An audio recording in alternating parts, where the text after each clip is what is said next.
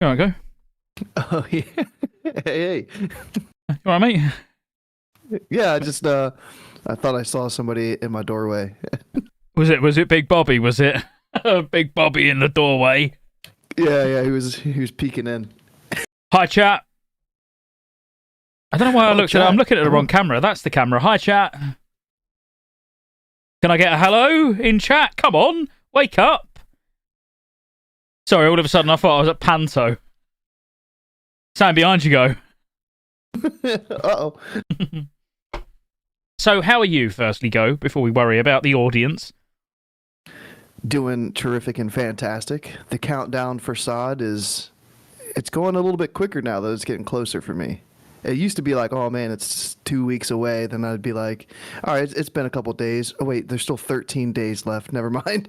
But now that we're getting close, man, it's like, oh, it's crunch time. It's too close, because there's still things that I want to get done that I'm struggling with time. So I want everybody in chat, I really am turning this into a pantomime. I want you to all feel really sorry for me because I've had about 1 hour, 30 minutes sleep in 2 days. Can I get an, no? Poor fella. Nothing? Are you kidding? Have you had more sleep than 90 minutes in 2 days? But I did think having a few beers and doing a podcast with my very good friend Go would make me feel a bit better. And getting to talk to you lot as well, I feel like that's gonna keep me awake anyway. And we've got an amazing guest. And for those of you that watched the last episode, which was, I would say last week, but that would be bullshit because it was like 2 days ago. Was it? I'm trying to do the days are all a blur. I'm like, wait, what's today? Today's Friday. Today's Saturday. The show was Friday? Thursday? Thursday? I don't know, man. It was one of those things, one of them day things that are in a week and on a calendar. It was one of those. So we've already told you what guest it is tonight. And this time, this one's turned up. Which, Ooh. I mean, that's a big improvement on the last episode where one didn't turn up. Luckily, we had two for that. Maybe we should always plan a backup just in case. I don't even think there's a worthy backup for this man that we've got tonight, though. No, there's not. Like he's. I was gonna say he's like two people in one, but he's not like a big bloke. He's a way to insult the guest before he's even on here to defend himself. I feel like I insulted Table a little bit too hard at the start of last episode, so I don't want to do that again. Oh, what? Furry, Sir Furry. Yeah. I mean, that's going to be his rank in the guild on EU, so he might as well get used to his new title. I've just realised I ain't got that light on, but the green screen does look all right, I think. So I might get away without it being on. Okay, so Go. Do you want to? I do need to actually grab a beer right away, right as soon as we started, which I could have probably planned out a little bit better. But do you want to do the general housekeeping? Is there any news that we want to cover really briefly before we get the guest on that you've already insulted before he's here, and we'll just crack on? Tell them what we're doing and that, what we're talking about. Yeah. We're talking all about Warrior Priest today for Season of Discovery, runes, Wait, specs. no, it's a Catter episode. Yeah, no. We're doing a Cataclysm episode. What are you talking about? In like 4 or 5 months. No one cares about Catter right now.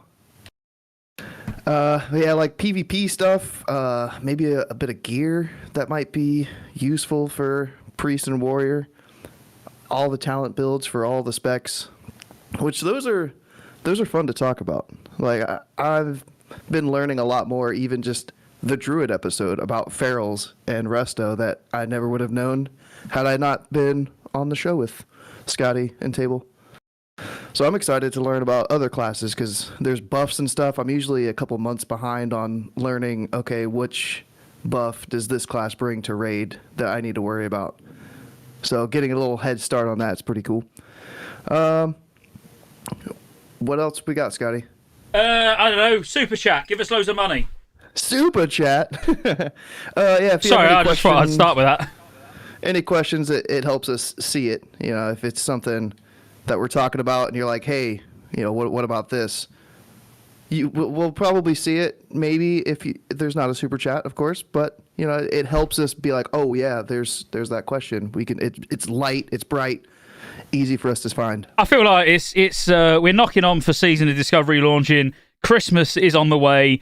We might as well just be honest. Super chat so you can buy me more beer. Do you know what I mean? Like, let's not beat around the bush. Let's get them super chats rolling. Ask questions. Big things happening in the next 48 hours as well. Not allowed to talk about the fact that it's dev interviews, or like if it was, like, do you know what I mean? As in, not allowed to talk about any of the stuff that might be going on out there, but there's certainly going to be some things going on, certainly some answers that are going to be thrown around. I read it on Reddit, and it's nothing. It's not information I know. Me knowing anything, that'd be daft. I just make it up. I mean, the only info really Save me, go. There was the PvP server, or not the PvP server. There's something about servers, right? I didn't really. There's going to be there's going to be RP PvP servers. RP PvP servers, yeah. So that's a W in the RP community, I would say. Can you explain to me what that means? So not W. Right. I understand what that means. I mean, if you're on an RP PvP server, does that mean like you dress up as a pirate and fight each other if you're on a beach, or like, I don't know, if you're at Goldshire, do you strictly only wear level 5 gear and then duel each other? Like, how does RP PvP work? Do you insult each other first in whispers? Like, oh, you mongrel. And then the other one's like, oh, I just got myself a new mace. I'm going to smack you with it. And then the other one's like, yeah, I bet you won't. And the other one's like, wait, you seen the size of my cudgel? And then, how does that work?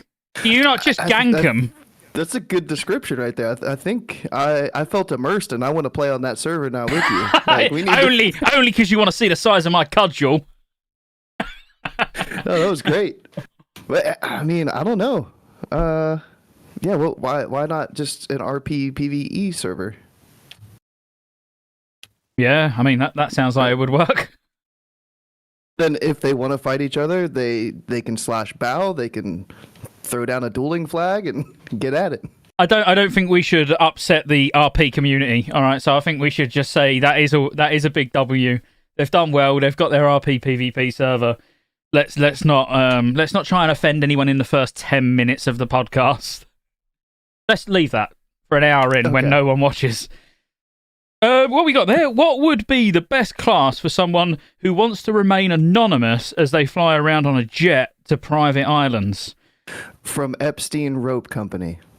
Again, he likes the super chat though. Yeah. I would probably say you want to be engineering because you're definitely going to need a parachute. And then maybe what can jump high? Rogues take less fall damage, right? Or is that? Yeah, so does Feral. Yeah. Rogues do. So does Feral. Cat, yeah. Something with slow fall, a mage. That could work. That's what we'd say, Mr. Epstein, sir. Anyway, do you want to get a guest on? I'm bored. Like we need to let's crack on. Yeah. I've got a couple notes here to try to introduce him properly. Let me see if I can do this here. Oh, for fuck's sake! The creator of the infamous "So You Want to Play Hardcore" videos, the scrapped, delayed, and unfinished series, a couple of videos there. The "Was It Any Good Though" series, amazing. Is It Any Better? Kind of the same leaf, different branch. Min-maxing videos, system changes, GKPs, botting, new phase prep, new expansion prep. Look forward to the Kata, what changes, what do you need to keep from Wrath into Kata. I'm sure that video is coming soon.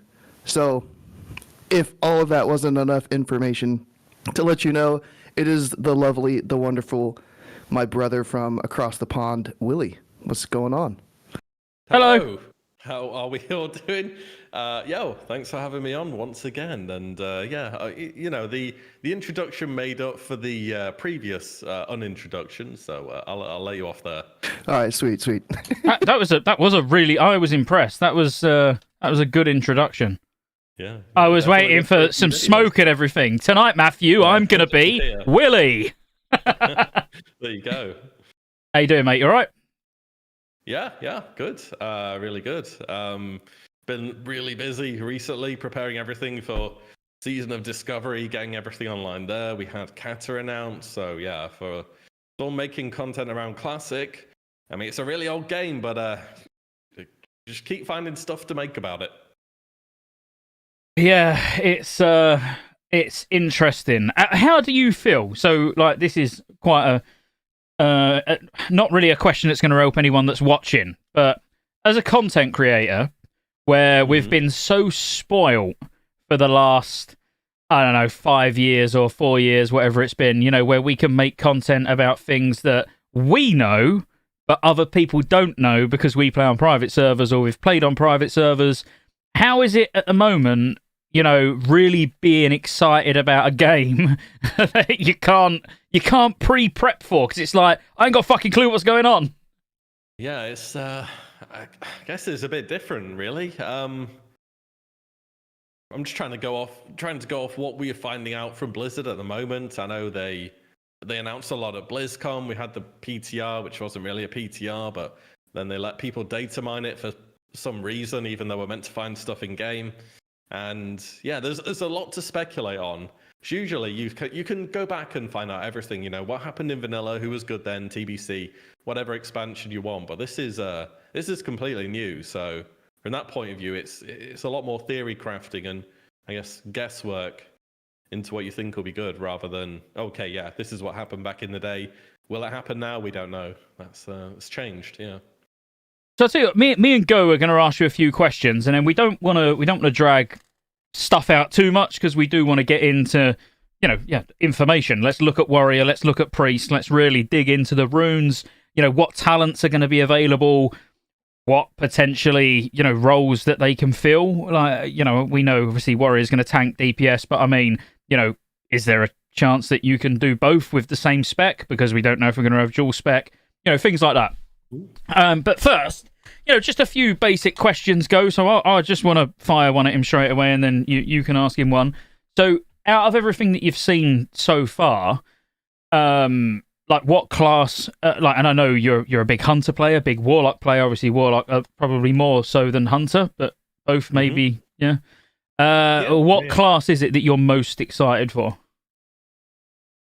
It probably is overall Warlock. Unsurprisingly, obviously I main it, right? So you're gonna have a bit of bias towards it, but they're changing so many things about it. It's not just the tanking spec either. They've tried to make fire destruction a thing. The Shadow Bolt volley, which I think a lot of people are sleeping on and is just ridiculously broken. If you can Shadow Bolt 5 targets, that will get nerfed. Yeah, I guarantee it. And it's not 20% reduction per jump. It's 20% reduction. That's it. So it's going to hit 5 targets for 80%. Like, that's bonkers. And when you take improved Shadow Bolt and you crit, so you won't have much crit at the start, but that is adding 20% shadow damage, so you're just doing normal damage. Oh, yeah, good point. And that can hit everything. And then later on, you can put 1 point in Nightfall, by the way, by level 25. So it's 2% every time Corruption ticks to get an instant Shadow Bolt. Corruption everything, and you might just get back-to-back Shadow Bolt volleys flying off. Man. So yeah, there's going to be like a one-button dungeon build with absolutely uncontrollable amounts of threat. So that'll be fun. And then you got the fire thing going on, which is probably needs a few more talent points before it's decent, but it might be okay at 25. And you've got the tanking thing, which not only a Warlock tank, which I've taken on that role whenever we raid, and you need a Warlock to do it, I'll do that. But it's also the first fully ranged tank ever. And I've got a feeling that's going to break some fights in a way we won't necessarily foresee. Because tanks aren't ranged. Ever. In any version of WoW. But you can just run around spamming instant searing pains. I don't know, can you jump up and down a ledge and force a boss to never hit you? Maybe. Yeah, no, very possibly.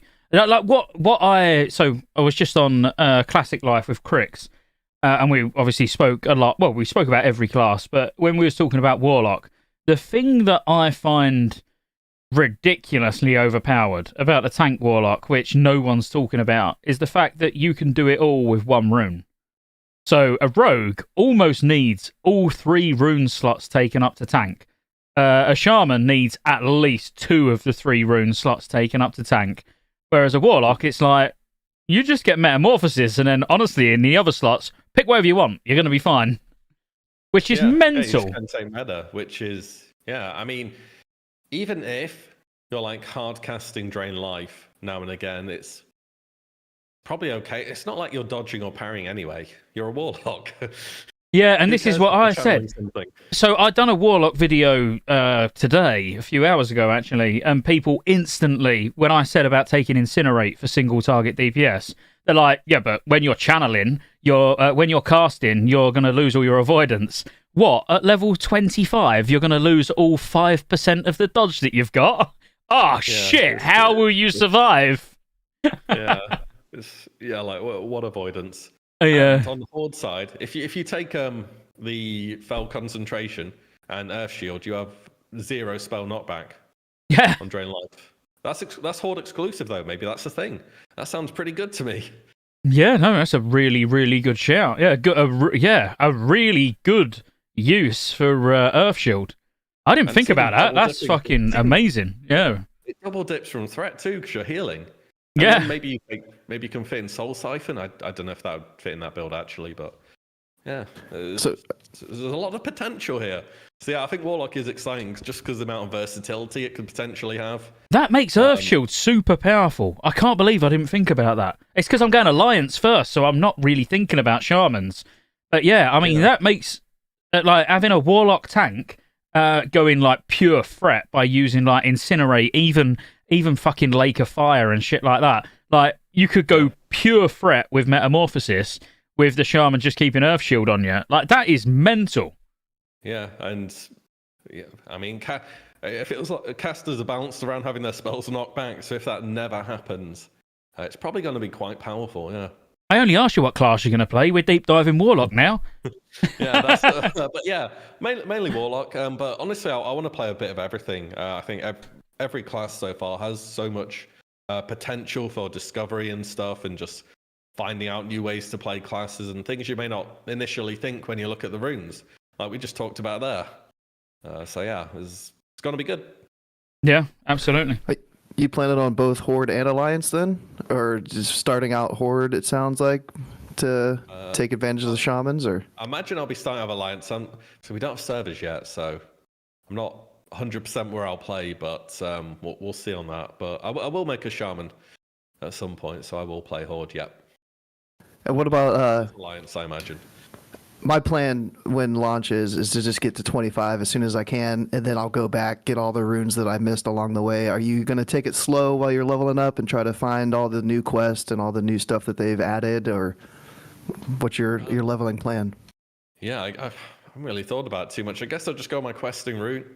If I find something, I find something, but I imagine people are going to be spreading around information pretty fast, so... Oh, yeah. I guess if somebody finds a rune, they'll be like, hey, it's here, and then, yeah, you can just go kind of grab it when you're nearby. But yeah, maybe, I don't know, you go to a back of a cave that you wouldn't go to usually, because you're like, is there anything here? Or maybe, does Stitches drop a rune? He might. Maybe when you get a group together and kill him on day 1, see what happens. Just think outside the box to see if it drops a rune. That sounds like a massacre. Yep. Level 30, 31? Maybe he drops a rune. You don't know, do you? So, I mean, and I've just got one last question. It's a big one. What do you think about Rogue Tank? Yeah, I think it looks terrible, to be honest. Oh, good. just checking. Yeah, so in short, they have no bonus armor, so if they ever get stunned, they just die. That's problem number 1. Problem number 2 is when you tab target, you lose combo points. When you're running in to start combat, you have to apply Mangosh, then just a flesh wound. They have no AoE. They won't have much mitigation stats early. Is that about it? I think that's enough, mate. Yeah. I'll be honest with you. Yeah, that's enough. That's enough to make me think there's a bit of a meme spec. Yeah, the problem is, right, late game, like I'm talking post level 60, they'll be able to hit mitigation cap, at which point you have a tank that cannot be hit, which is also if you're a tank, you're meant to get hit. Okay, 100% mitigation isn't tanking. That's just some weird cheese. Right, this whole TBC rogue tank thing is just cheese. It's not a proper tank. Oh, I agree. Tanks should be hit. They need to give them armor. Give them armor. Make sure they get hit. I don't know. Say, turn some of your dodge into some other stat that's beneficial.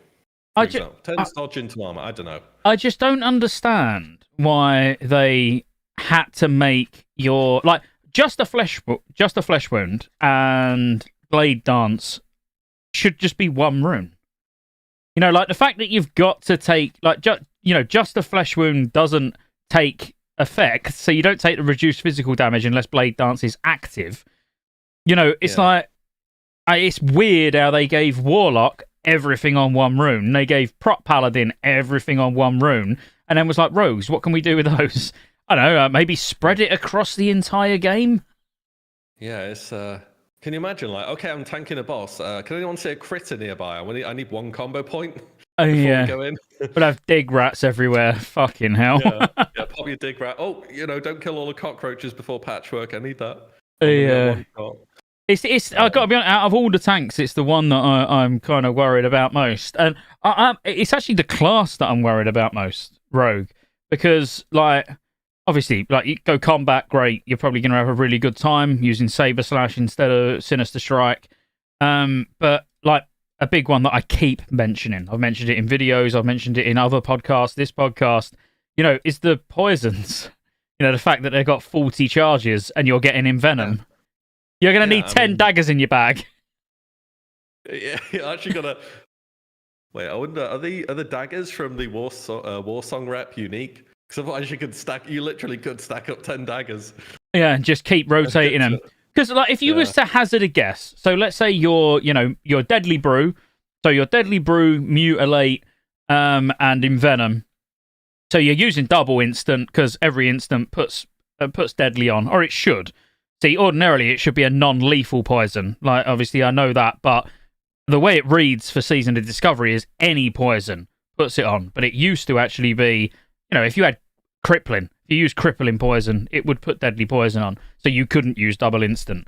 But the way it's looking, you can use double. Then you're gonna be mutilating, which hits with both weapons, which is gonna proc both poisons, and then you're gonna envenom, which is then and you're gonna have slice and dice up, so you're hitting quicker anyway. And then you're going to envenom, which increases the chance of proccing. How many seconds would you say you'd go through 40 charges?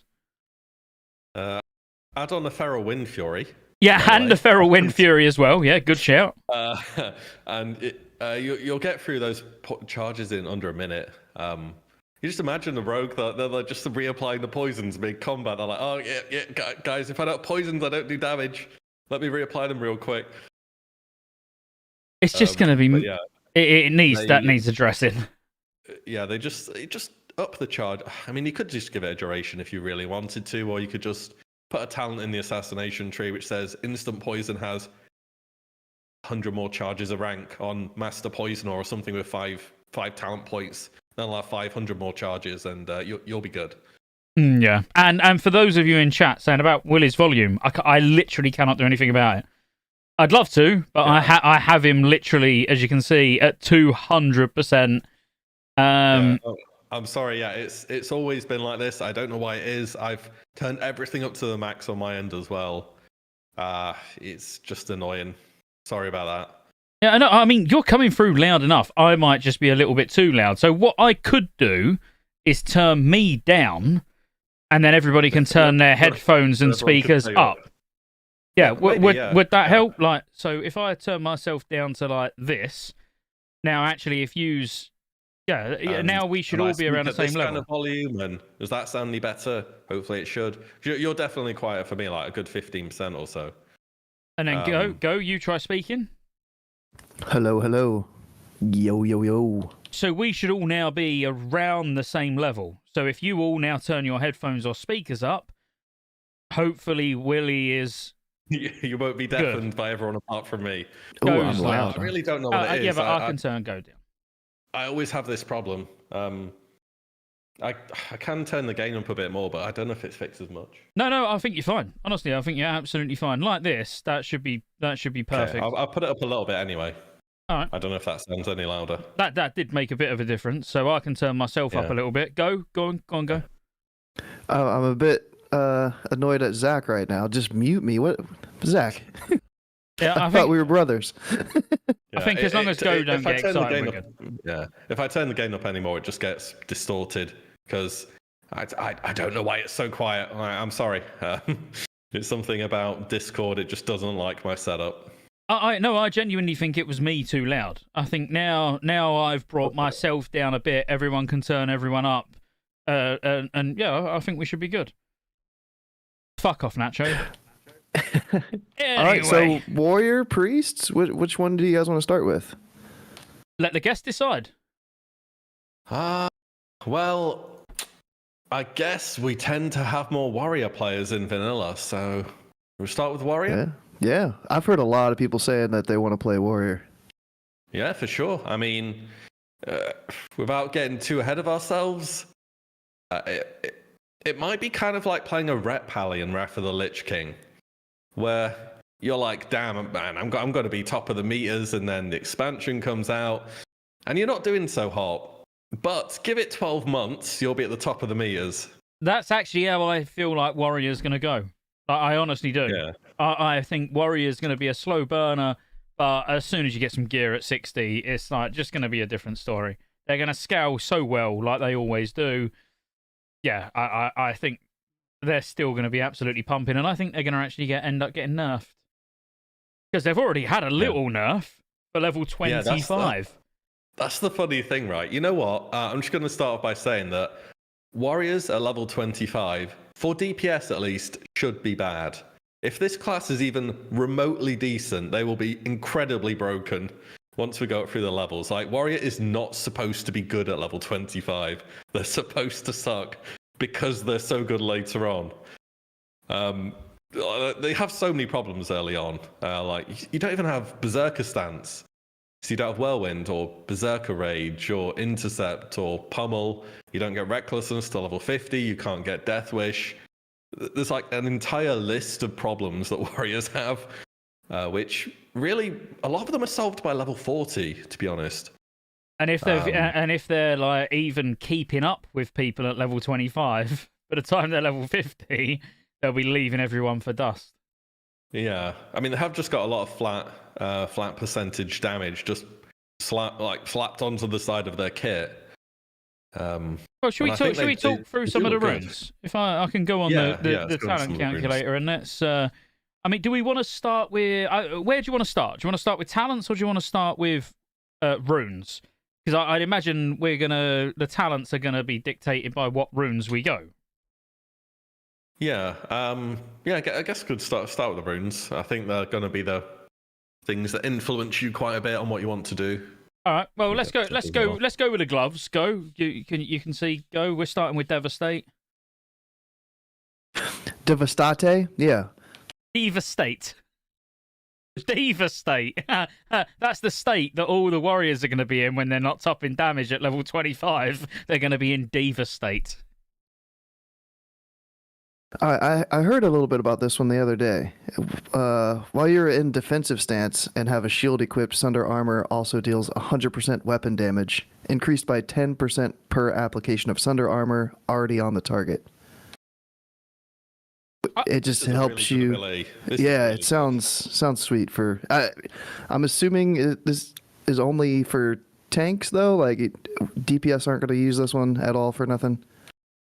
Is there like a cheese because it's extra damage? Like, well, it is specifically in defensive stance. That's sort of the thing there. You know, because actually, well, as Willie knows and probably is about to say, yeah, you know, using Sunder Armor while you're leveling as a warrior is actually something you do. Yeah, definitely. I mean, the big thing about this ability is not necessarily the defensive stance. It's shield equipped. They're trying to kill Prot Fury. Yeah. And actually say, okay, yeah, that was kind of funny back then. Put a shield on, right? You're a Prot warrior. Stop doing this. 100% weapon damage, though, is a big number. And 150% weapon damage that's spammable is a very big number. Like, very big. So you might actually pick this more times than you would expect. And is it only 15? And, It's 15 rage in it, it's Under Armour? That's what it looks like for rank 2 at level 22. Yeah, it should be 15, unless the talent reduces it. Yeah, you can get it down. I'm sure you can get it down to 12, which is kind of ridiculous. There is improved Under Armour in the talent tree, but it doesn't specifically say it affects Devastate. Devastate isn't Devastate, is it? That's the thing. Like you don't get the ability Devastate. It's still only Under Armour. Oh yeah, you're right. Okay, yeah, 12 rage. So that's like that's kind of mental. And as I say, I remember when I first started doing hardcore during TBC. I know it's all the rage now. I should have probably fucking waited and done it now while everyone's popping off and doing hardcore. But I done it during TBC. And I leveled a warrior for the first time in hardcore. And people were like, use Under Armour, bro. Like, what are you doing? And I'm like, are you fucking joking? Why would I use Under Armour? And, because I didn't know. I hadn't leveled many warriors in vanilla, if any. I probably hadn't leveled any warriors in vanilla at that point. And I couldn't believe how effective it was to actually level by pressing Under Armour. So the fact that it's going to do 150% weapon damage, at later levels, you're going to get 1 point in it in phase 1 at level 25. But 20 by 27... and you've got a 150% weapon damage, which is actually then going to do more damage because it's going to reduce their armor. Like it's going to do more damage each time you press it up until the point where it then does the same damage every time. Like that's kind of mental. Yeah, and you're going to feel good about sundering as well, which is you didn't do that before. You're like, okay, yeah, 5 sunders and then I can press other buttons. But now it's like I'm going to press this button every single time I have rage for it. Yeah. Which is different too, but it just seems really good. And I'm guessing you've seen, and people in chat and seen, there was a little data mine, which I maybe want to bring up here. Yeah, go for it. About Gladiator stance, which was the thing in Warlords of Draenor, which was a sword and board DPS warrior stance. And this Under Armour Devastate thing could be the real big DPS button. Back then in WoD, it just gave your shield slam like tons of extra damage, and it gave you a bunch of crit as well. I think I don't remember it too well. It was a while ago, but that could also be a thing, which is really exciting. People always go on about how great Gladiator Warrior was, and we've never seen it outside of WoD. It was good. I did actually play a Glad Warrior. I thought it was actually really fun. It's just typical me. I went Hunter when we got Lone Wolf. I went Monk when Monks came out. It's new. I'm going to play it. But yeah, it was fun. And I think I like, that will be cool. Don't get me wrong. But I like that Blizzard are sort of trying to encourage more, if you want to tank, use a one-hand and shield. That's how you're meant to tank. I kind of like that they are trying to differentiate between what you're meant to use if you're DPSing and what you're meant to use if you're tanking. Yeah, I think they're just trying to give it some damage in general. Because the other tanks have some damage. I'm just thinking about them all. Maybe not too much. But yeah, this will be some relevant damage. You could leave it level as prod and it's probably okay now if you take this rune. So hopefully you get it early on. You could very much just play your whole warrior around having this. Yeah. So I think what Table said, was interesting, wasn't it, on the last podcast? About they seem to be going all in on the, making warlocks crit immune, making rogues crit immune, making shamans crit immune, druids crit immune.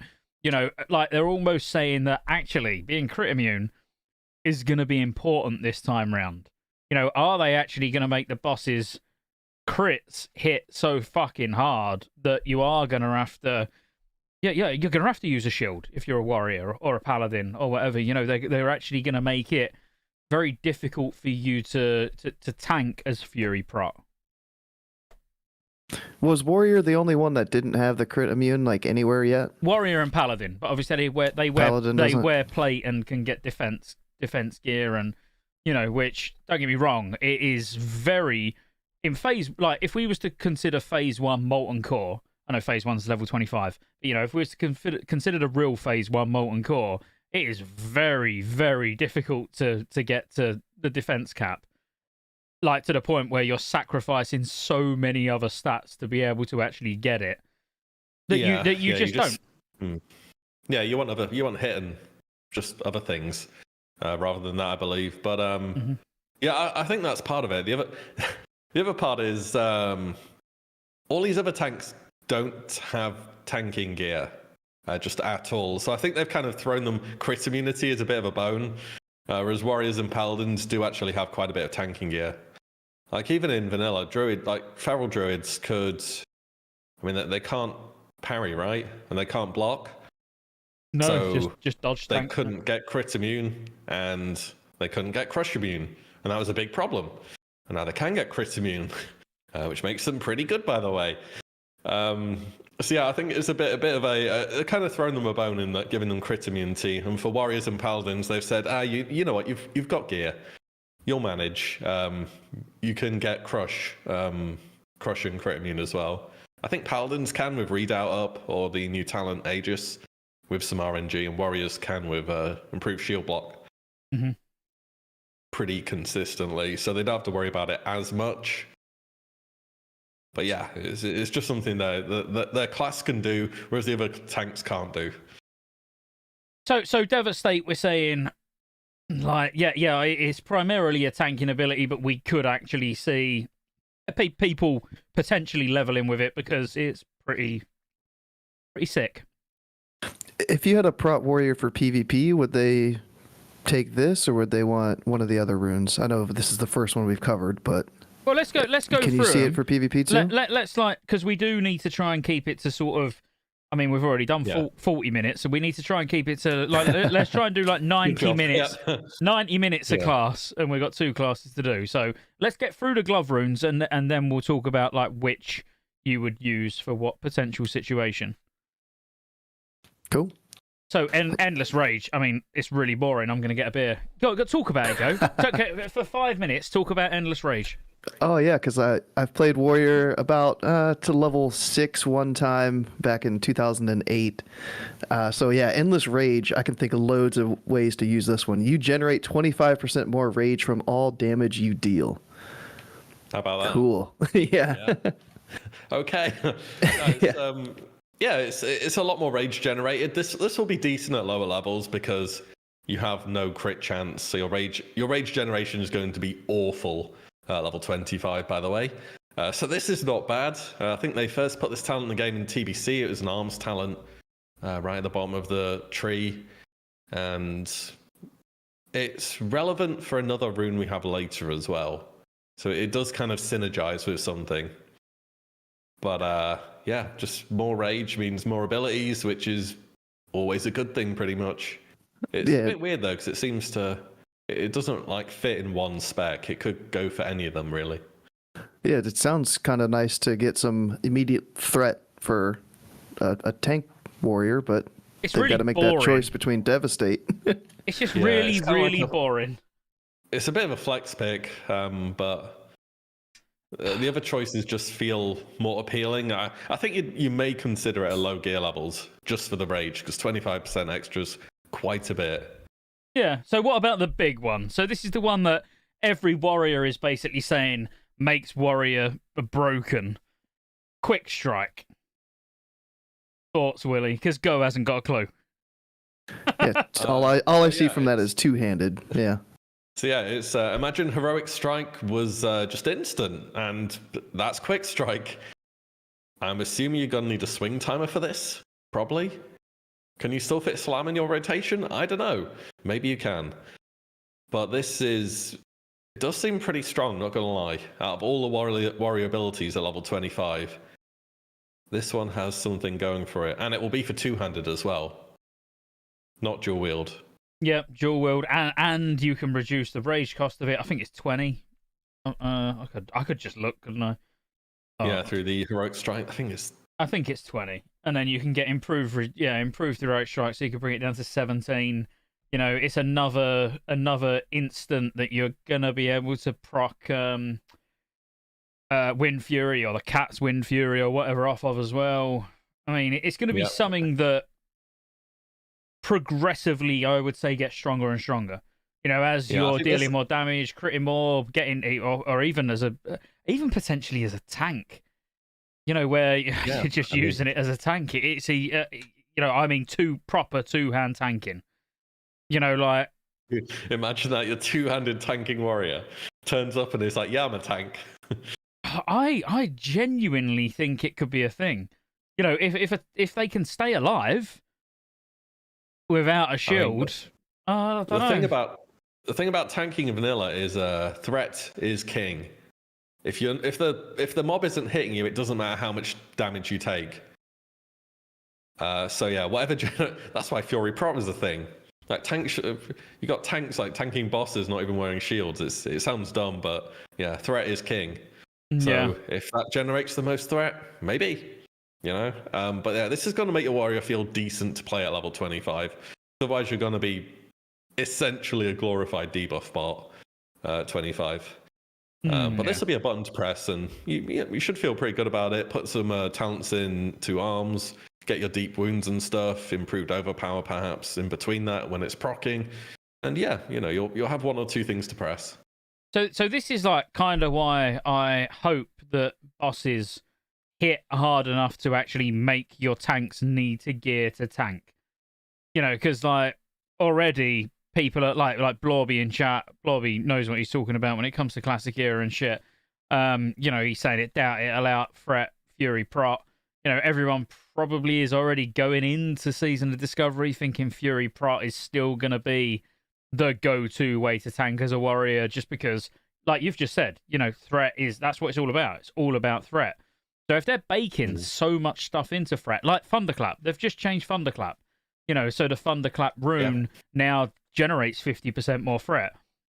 If they start Which baking, is huge. Yeah, it's massive. And if they start baking more threat into your ability to actually be able to tank with a one-hand and shield, like Devastate, for example, not only are you building high threat from using Sunder, you're also now doing a lot of damage from it as well. It might be because they don't want anyone to be able to tank that shouldn't be able to tank, if that makes sense. Yeah. That's what I get from it. Yeah, this is totally off topic with the classes we're talking about the way, but have you covered Shaman yet? Mm-hmm. Yeah, I have, yeah. When you were talking about Shaman, did you go over dual wield Shaman tanking with Lava Lash? No. I was just when I was making a video about it, I was thinking, is this going to be a thing? Because obviously dual wield warrior tanking was the thing. If they don't need to wear a shield, dual wielding will do more threat. The only reason I didn't, it did cross my mind, and I'm pretty sure the only reason I didn't is because of the shield mastery talent. Let me get Shaman up. Yeah, I mean, the shield mastery talent. I think you just end up going and now you can't do any threat. Yeah, you go and you'd be missing a lot of like you are sacrificing a lot. Don't get me wrong, but yeah. So that's why I think if the threat number's high enough, yeah. But that's why I think that Shaman is actually going to be an amazing ad tank, as in the best. In fact, I would say better than Prot Paladin, which you would think, oh yeah, Prot Paladin go 11 points in Holy and get Consecrate. They're the ad tank. No, I think Shaman is like gonna be the god tier ad tank. Every time you block, you're getting mana, and then you can use bloody Molten Blast. Every time Flame Shock procs, ticks, you've got a chance of resetting Molten Blast, and you're hitting everything in front of you. Like, I think that's going to be pretty insane. Yeah, I think both factions have got a good AoE tank, which they both need. Especially when most of the dungeon raid content are just upscaled dungeons, the AoE pulls are way more important than bosses, because there's just so many more of them. So Molten Blast, Molten Blast is 18% base mana, and it's only a 6-second cooldown. If you're not blocking with a shield and getting mana back, you ain't going to be able to press that many times. Yeah, unless you take Lava Lash, then I don't think they share a slot. But no, it was just a thought. So I do a video about it. I think I'm going to put it out later, but basically speculating whether that would be possible, because at least on single target, if fights are short enough, if you're generating enough threats, maybe. But yeah, no, 100%. Different class, of course. But no, but I'd say absolutely, yeah. Short fight where it's just like burst, get as much threat as possible. I mean, you'd still need Way of Earth, so you'd be using Rock Biter. That'd increase threat, increase health, damage reduction. I think it could work single target. Yeah, 100%. As long as your mana can keep up with everything that you got to press. Because yeah, Lava Lash is only 4% base mana. Yeah. I mean, that maybe, but yeah. Was it Veil, that second boss in BWL? Yeah, Valstress. So you've got unlimited mana. You need threat, single target, short fight. It's checking all those boxes. Yeah. I mean, that is a unique boss. There would be, I'd imagine there'll be some crazy tanking on that. You know, what is that like? I could almost see a Warlock actually being the main tank of that. You know, literally just pumping incinerate him first and then pumping Searing Pain. I don't think anything's going to out-threat single target a Warlock with Searing Pain spam, but we'll see.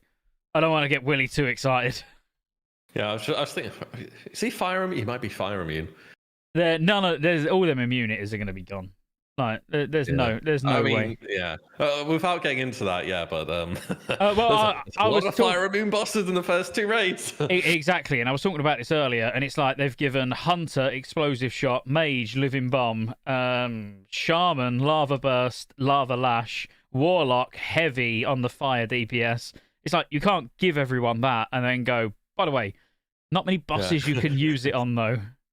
It's like, yeah, so you can't use these abilities, pick something else. Yeah. I don't know. And even Shaz was a really interesting one, wouldn't it, Go, that we looked at the other night, Shazra in Molten Core. So even though it's not arcane immune, what was it, like 50% reduction in all arcane spells, I think it worked out to be? Yeah, it was ridiculous, the amount of arcane damage it was resisting.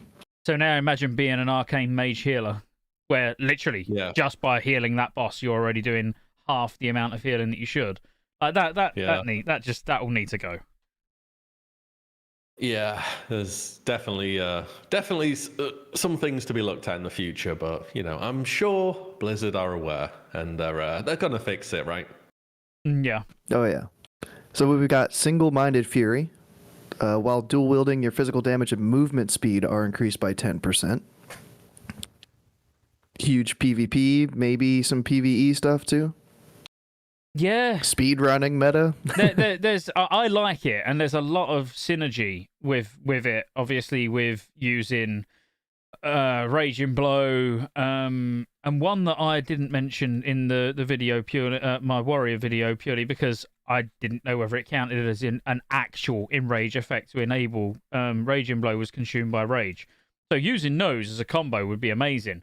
And what everybody was saying was Single-Minded Fury, though, you're not going to be able to use until level 20 when you can dual wield. And my answer to that is, well, Shaman don't get dual wield. Like, how do we actually know that a warrior isn't going to be able to dual wield till level 20? You know, yeah, in Classic era you can't, but... I think the rogues get it at level 10. Yeah, so... Exactly. Yeah. So you're going to be using a one-handed weapon as a rogue until level 10 when you've got things... No, I think most classes are going to start with dual wield. I'm happy to be proven wrong, but... Even if you don't, it's not a big deal. Like, you'll get to level 20 in a few hours, maybe, you know, however long it takes you, and then you can use the rune. We can get to level 25, like, it doesn't really matter. And then after that, it's obviously good. Especially good at endgame. Once you have world buffs and stuff, you don't need to generate bonus rage. Quick strike, you have enough buttons to press on heroic strike. And yeah, your 10% extra movement speed is pretty nice, actually. When you're trying to, you know, keep up with speed runs and run with bosses and stuff, and just a flat 10% damage is good. So yeah. Do warriors have an in-combat charge in Classic? I know they could add one if there wasn't one, but I'm just imagining a boss like knocking the warriors back from them, and then that 10% movement speed just helps them get their uptime back. Oh, you'll get intercept, but there's intercept. Okay, but that's not going to be till phase 2. Actually, is intercept 42? I think you get it straight away at 30. Is it straight away at 30? There's something at 42, I'm fairly sure, but I thought that was Intercept. It might be something else. And Intercept is your own player, right? It's not like a mob? No, it's a mob. No, you intercept. Oh, it's mob, It's okay, basically okay. just in combat charge, and it's got a little stun. Okay. But there is Warbringer as well. That's obviously an option. You know, but yes, the next one on gloves is Victory Rush, and it's the kata version that heals you. That would be my leveling rune. Like 10% max health. Right. It has to be. I hope that is actually the level 2 rune. Like if warriors get that at level 2, leveling as a warrior, I genuinely, and you can all quote me on this and clip it, I think it will be the easiest class to level. It will go from being one of the hardest to the easiest, just with that one ability. Yeah, this rune is a big deal. Like, don't sleep on it at all for leveling. It really does change everything for warriors. I'm not sure if it could crit in Kata, the heal effect. I've no idea about that. See if it can, that's a little bit better. You're not going to have much crit chance, though, so it is what it is. But I think ever since we got this back in TBC, everyone's like, why doesn't it heal? And it's like, nope, not in TBC. Then we get to RAF, and it's like, still doesn't heal. Turns out it was Kata, and it started doing that. And it's bonkers. Kill a mob, heal. It just keeps you going. It's a really good leveling rune, which warriors will appreciate. So on White Main, so on the Cataclysm private server, I've got like a pimped out level 14 warrior. You know that I use because like it don't really matter if you want to get heirlooms and stuff like that. You can just do level 14 PvP and just go in and crush people, and it is one of the most fun brackets of PvP I've ever done. Just as a warrior with Victory Rush, literally just charging, like, you know, Heroic Strike, Victory Rush, dead. Next one, like Heroic Strike, Victory Rush, dead. Next, like literally, it's just mental. And this for leveling is that would make me really excited. If it turned out Victory Rush didn't come till 25 or something, like that would just be awful. This needs to be a nice early one. Yeah, it would be great for level 2. Think about it, 2 of the abilities are Kata. Like Quick Strike is just Kata Heroic Strike, isn't it? Yeah. I mean, you even get Quick Strike. I guess some changes were pretty good. You do get Quick Strike. I think you do get. It's called like Strike or something, and it gets replaced by Heroic Strike after a few levels. Yeah, I can't remember. Was that Kata though, or was it? Yeah, definitely. It was Kata. Yeah. Okay. Yeah, so it's very, very similar. It's the same with Shaman. They get Earth and I hit you with my mace, whatever it's called, before Storm Strike. I hit you with my mace. That is definitely what it's called. Yeah, that's the gist of it, yeah. But yeah, Victory Rush, very nice. Hope warriors get that early. Good leveling rune. Yeah, nothing more to add, really. It looks like it's coming early. If you dig into the data mine stuff, it's looking pretty low level. You should be able to get it. Is that mustard on your shirt? Hang on, you commented that the other day, didn't you? And I can't. If it was you who commented that when I was wearing this T-shirt, I don't know if you was talking about the logo, but when I read the comment, I was like, oh, it's curry sauce. I actually had curry sauce, and I'm sure it was this T-shirt. Thanks anyway. I just thought I'd throw that out there. So glove runes. Let's move on to the next ones, and then let's try and make some builds. You know, instead of going like, well, which ones would we use? Like, which ones we use is probably going to depend on the other ones that we're going to use. So let's do what's going to be. Let's do legs first, because legs is very easy. I mean, consumed by rage is. I just think it's disgusting. Even after the nerf, I think it's disgusting. So, let me just throw this at go. You know, as a warrior noob. You know, I'm sure you don't mind me saying that. You know, that's true. Imagine you're in bear form, and every time you go up to 80 rage, well, exceed 80 rage. So every time you go over 80 rage, you're then doing 20% more damage. Does that sound pretty broken? Yeah, it kind of sounds weird too, because I wouldn't want to use any rage abilities until I got to that cap, So like while I'm leveling, it'd be kind of like yeah, I'd just be white hitting until I get 80 rage, and then okay, now it's time to do something, and then the mob's already dead. But then the next mob, okay, now You I just can delete. pump on the next one. Yeah. So a little ramp up time, I guess. But then once you're ramped up, sounds pretty sick.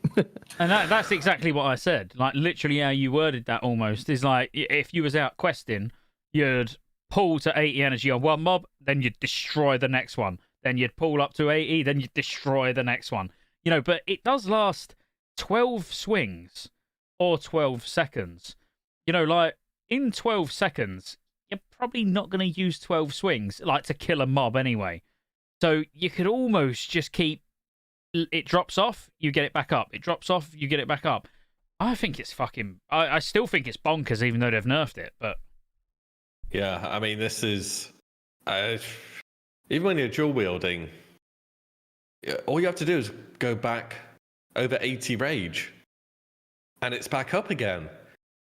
This is just flat 20% do more damage. is it going to have a cooldown? Do you think that's just what we're missing at the moment? I mean, maybe. It could be it activates every 30 seconds or something, but at the moment, when you're leveling, it'll probably be okay. Just because, yeah, your rage generation isn't that great. You're moving between mobs. Sometimes you overkill something really hard and you move on to the next one, but especially when you get into raiding. At level 60, this is literally do 20% more damage. With no downside. So the only thing that the pessimist in me wants to say that it probably is meant to have a cooldown. But the optimist in me actually says, well, what they're doing is trying to counteract the fact that Enrage is shit. You know, like the fact that Enrage actually requires you to get crit, and it does nearly the same ability. It was doing the same. You know, it was doing 25%, you know, melee damage bonus, but after you was the victim of a critical strike. So, like, a part of me thinks that they've actually, instead of changing the Enraged talent for it to be when you deal a critical strike, you do 25% more damage, they've gone, well, we'll put a rune in instead. You know, but then what they've not took into account is that, well, then you're just going to use both, aren't you? You're going to have Enraged. Yeah. You're going to make sure you've always got something hitting you, even if it's just a non-elite ad or something, and you'll get that Enraged, but then it probably won't stack. They'll probably be unique. But Yeah. like that's Yeah, how I this feel is- like it is meant to be. Yeah, like there's a rune on the chest where you need to be enraged, and at level 25, your options for being enraged are the one in the Fury talent tree, which you need to get crit from, which is okay in PvP, and in PvE is useless. And your other option is Blood Rage, which is 10 seconds every minute.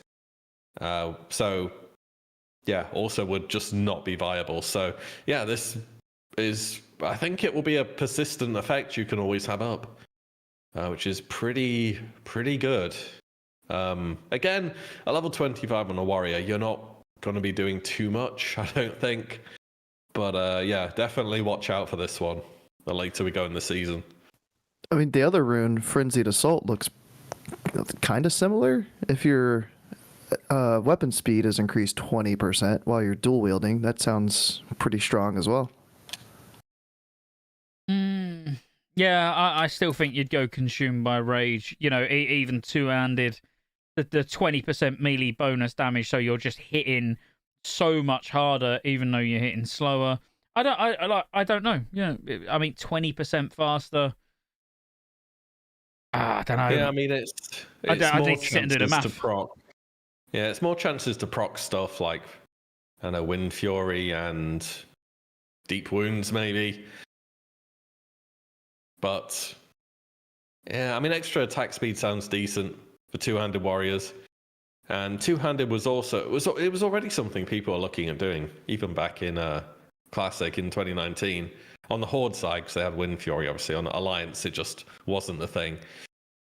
So yeah, they're trying to give that kind of identity some help as well. I still think it's going to be a Fury spec, by the way, not Arms. You get Death Wish and Flurry and all these other talents, which are just really good. Yeah, I mean, Yeah. I've looked at Arms, and yeah, it is mainly like Death Wish. You know, literally more than anything else. You know, it's another 20% physical damage, unless it, you know, then that didn't stack with a rune, or you know, they changed Death Wish where it only worked with dual wield, or like, you know what I mean?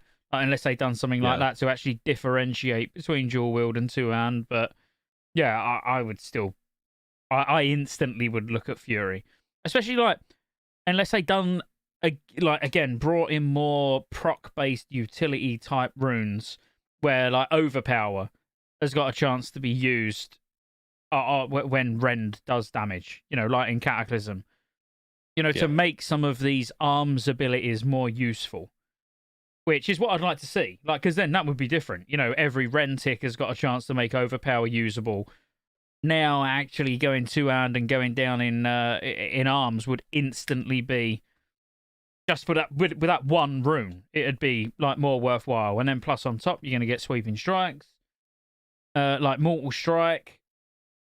I mean, it could apply a Colossal Smash. Ooh, imagine that. Okay, 100% armor pen in vanilla. Exactly. If you got like a rune of Mortal Strike where it applied the Colossal Smash effect, it'd be pretty sick. Be interesting. I mean, you might go down. You probably go down arms early anyway, because Bloodthirst is really good, but it scales off your attack power. In early game, you're gonna kind of have no attack power, so you probably just want the extra damage. But yeah, obviously that's a level 40 bracket. That's a bit far off still. Yeah. You more than likely would go arms. I mean, I'll be honest with you. Yeah, it's all pretty lackluster. But you know, just getting like down to deep wounds. What we got? We got 25. So let's say we went in heroic strike and we was using quick strike. Let's like go full into improve rend. We're not going to be stance there a lot, but we'll go in there to get. You know, it's 5 points, man. Yeah, it's a lot of points. You probably, because we're gonna want one in Impale. Anger management is good though. It's got some like hidden thing on the tooltip where it gives you one rage every 3 seconds during combat. Yeah, I don't. Oh yeah, we could like fuck improve charge. It just doesn't tell you about it, but it does do that. Well, if you got rid of improved charge, you could get one in Impale, and then you could literally get full deep wounds, improve rend. Yeah, you could get anger management. That would probably work pretty well. But then, like, improved overpower is nice. Yeah, depends how much you're dodging and stuff. It's quite tough. That. Yeah, I'll probably go 2 in improved overpower, 2 in deep wounds, and then just 5 in tactical mastery and anger management. Yeah, I would actually. At least with overpower, it's a lot better when you're leveling. Yeah, and overpower does insane damage, don't it? Like, it really does it hard. It hits hard. You almost, because of how quick you're going to kill, you could forget about deep wounds, and just like, forget bleeds. Because that ain't going to do that much anyway, is it? Yeah, you just literally just pump the mobs down. Nope, it is, it's your melee weapons, weapon damage as well, so won't be a huge amount. It'll be decent, though. It'd take me a while to sit here and actually like really deliberate over this. Can't do it on a podcast. Yeah, no, it's tricky. Right. So what other? We did have we had a super chat. Who will be the all-round tank king at 25? Like we can give some context after, but let's just all say what we think at the same time on a count of 3. Yeah, so get that tank locked in your mind on what one you think it is, and then I'll go 3, 2, 1, and then we say it. At 25, specifically 25. All right, I've got mine locked in. You ready? Yep. Mm-hmm. 3, 2, 1. Paladin. Warlock. What did you say? You said Paladin Warlock. as well. Oh, good. You went Warlock. Yeah, I would go Paladin. I think that they're gonna make one of the 2 new ones have to shine to get people to have interest to leveling up to 60. Because like, how shit would that feel? Gonna be good. I know. I do think Warlock's going to be really good, but I think Paladin Obviously, I don't want to drag us too far off topic, but I think Paladin, with going Hand of Reckoning, let's say Hand of Reckoning, and then actually like not going Aegis, like even though that's what you think you probably should go, like fuck that, go Divine Storm for AoE, and then it doesn't matter really from there. Go Avenger Shield. Like just being able to run along and cleave. And again, you're not even going to go in prot. You're literally just going to take... you don't need to go in prot at all at 25. You could go Consecrate, but I wouldn't. I literally would tank as full ret. I'd go down to Seal of Command, get the movement speed. Yeah, I would just go full-on like ret tank with Hand of Reckoning.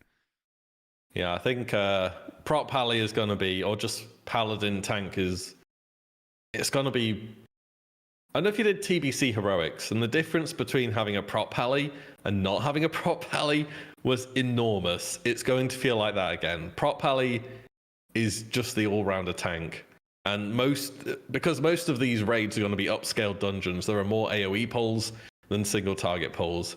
They'll probably be fine on single target with what they have at the moment, because they have a Taunt, they have Avenger's Shield, they have Judgment and so on. But on AoE, they're just going to absolutely shine.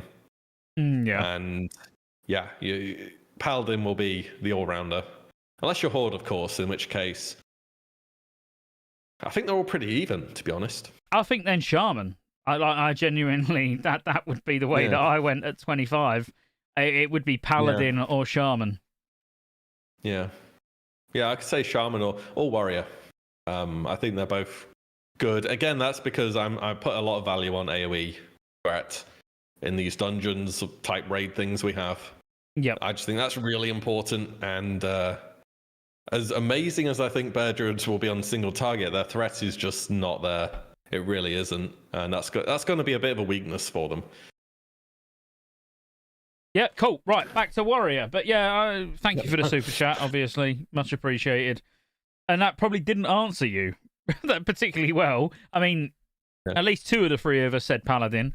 But I honestly think they'll all be able to manage, but I think Paladin will just have a much easier time. Don't play Rogue. Yeah, just don't. If a rogue offers to tank, just say, "Oh, sorry, what, Mum, you want me? I'll be back in a sec." like during that whole conversation, we didn't even mention rogue whatsoever. I completely forgot that it could tank. Yeah.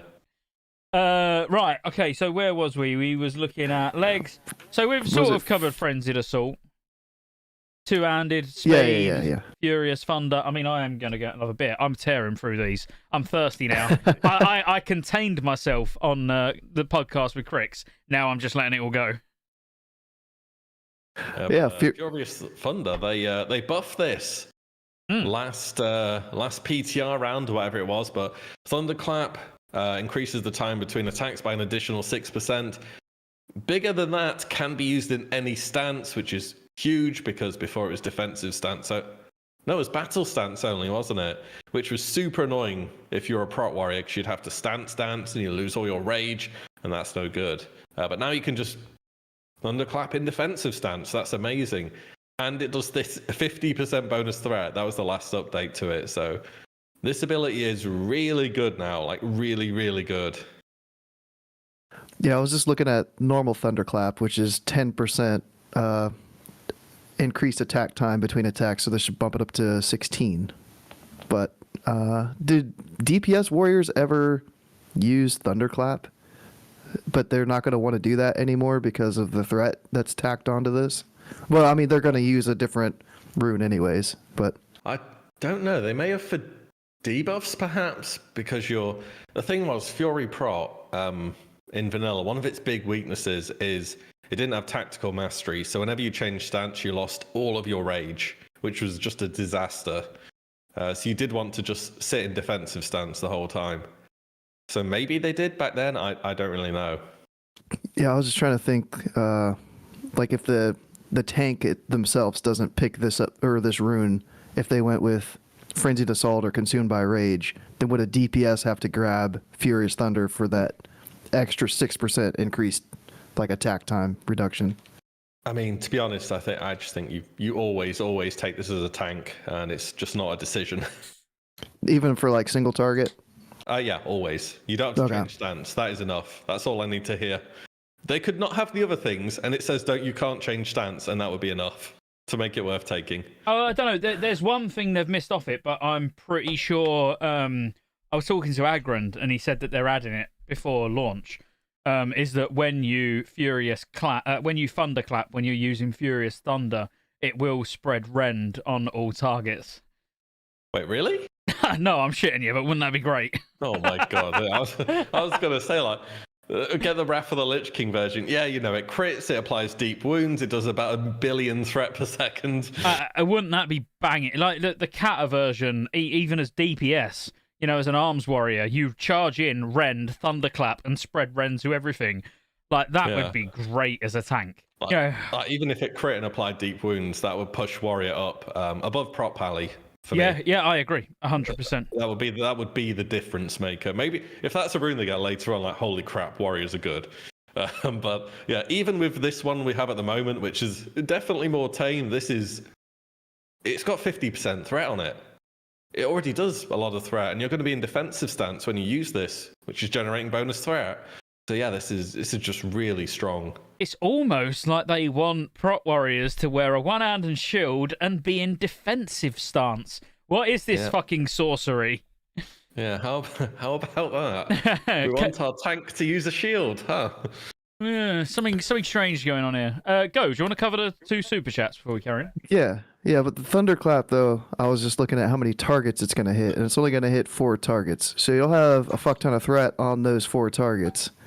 But then do you have to like spam it to try to get thunderclap to hit the other targets if you're doing like a 10 mob pool or something like that?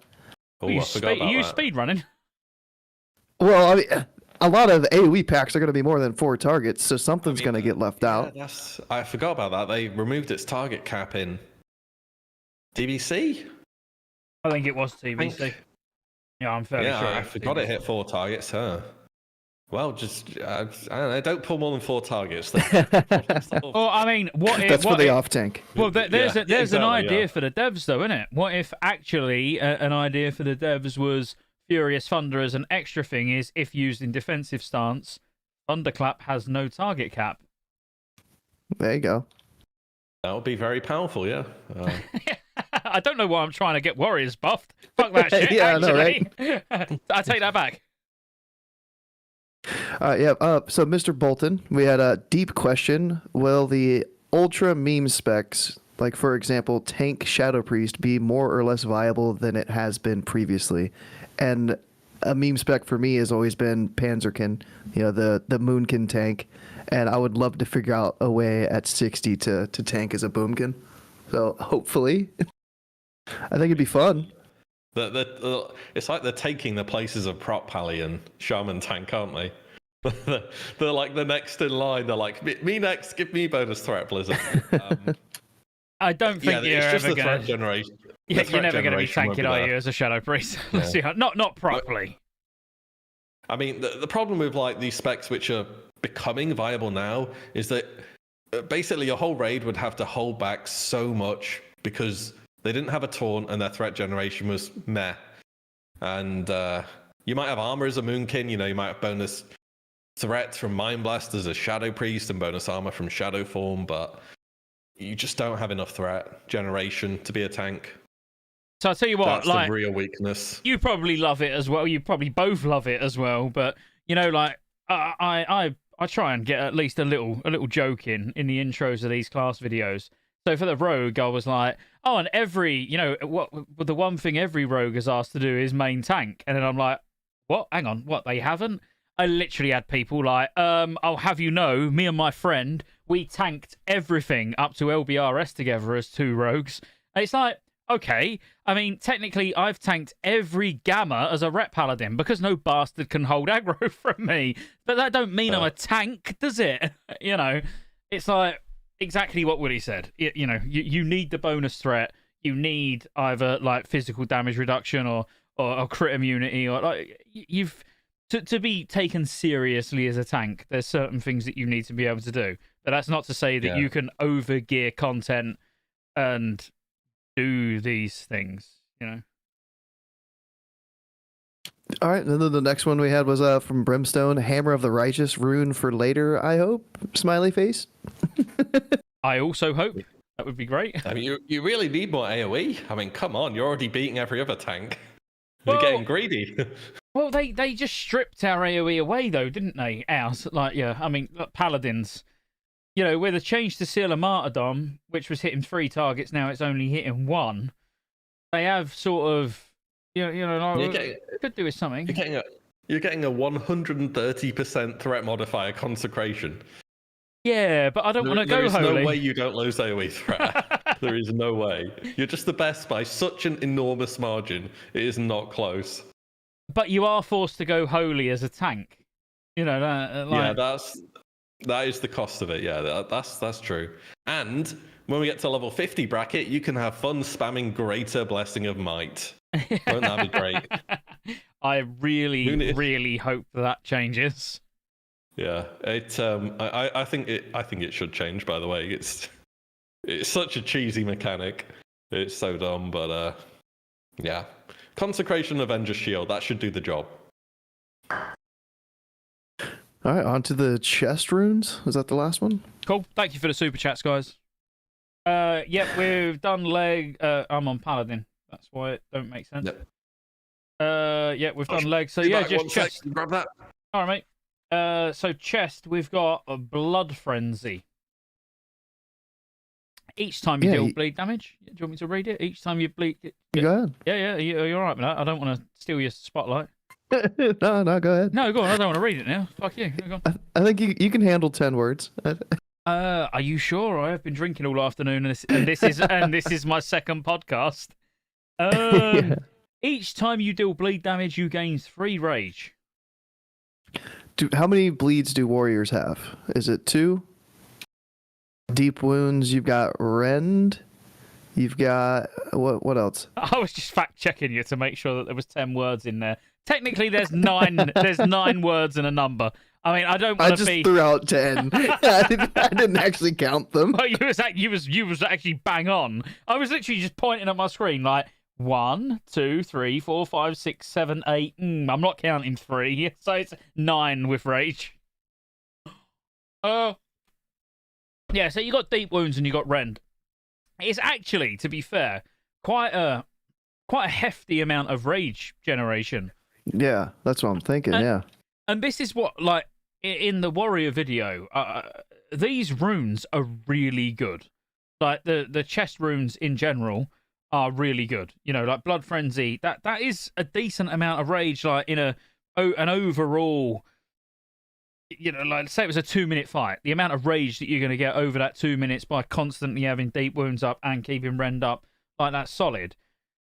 It just gets shit on by another rune, which is the problem, you know. And I feel like this is where some of them could be juggled around, you know, like to make the choices a bit more difficult. Because I feel like for warrior the choices are like quite obvious in most places. When you cleave as a warrior, you're in that crits. That applies a bleed to them too. So are you going to be getting 3 rage per mob per that mob you're that's cleaving got a bleed on? as well? Because that sounds insane for cleave. Yeah. That would be a lot of rage. But then you've still only got cleave to spend it on.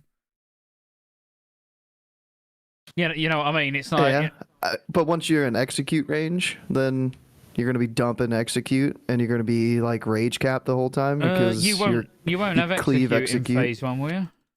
Well, not in phase 1, but I mean eventually. Oh, do you actually have it in phase 1? Do you? Yeah, you get it 24. Yeah. Oh, okay. All right. Yeah. I mean, it could be good. I don't know. I just feel like it's pretty lackluster. What do you think, Willie? Like, yeah. Yeah, I just I should come back. Obviously, so does deep wounds tick every 1 second? Is it not every 3 seconds? I feel like it's every 3. Any warriors in chat? How often does Ren... anyone? This is kind of important. Sorry. Was it it's deep every wounds? 3, it's yeah. You said deep wounds, didn't you? Not rend. Oh yeah, deep wounds. Yeah, deep wounds. I feel like it's every 3 seconds, like 4 ticks every 3 seconds. I think Rend is 3. I don't know about Deep Wounds though. Come on, Feel like it warrior, might be big more than brains. that. Glorby's saying fairly certain it's 3 seconds. Okay, S-Rune's terrible. That's pretty much it. If it's 1, it's good. If it's 3, it's not good. Everyone's saying 3. Yeah, everyone's saying. Okay, yeah. You just don't take this. Yeah, that's pretty much it. I mean, do you want to cast Rend? Only usable in battle stance? I mean, you don't have much choice at level 25 thinking about it, but do you want to spend your rage on Rend, which doesn't scale with anything? Rend is unbelievably bad in vanilla. Like, it's a meme. You use it in PvP to stop people from re-stealthing. That's it. Yeah. Will it be? Will he be? At the moment, yeah. At the moment, yeah. Maybe not later, but at the moment, down this ability is bad. And so... See, this is what I hope they do. Maybe? No, I just hope they actually start, for example, hunter pets. There's already, it's been data mined that data mined. I know we can take that with a pinch of salt, but, that hunter pets are going to scale from the hunter's stats. Could they get the AoE avoidance and things like that? And could they actually toy with some of these things where, like instead of adding new abilities, why not make abilities that already exist usable? That to me makes sense. Yeah, Render's a good example because it really is very niche. They fixed it in Wrath. Ren's great. You press it, you always have it up as arms. So, I mean, it procs overpower. It does decent damage. I think it crits. I'm not sure. I haven't played a warrior too much. But yeah, at the moment, this is kind of stuff that procs off of deep wounds, and that scales up well with sweeping strikes and cleave. But as far as generating rage, it feels like something's missing that we don't know about.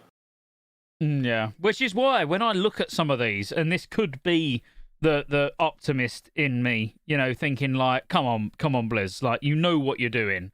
You're like you're drawing us in with just little bits.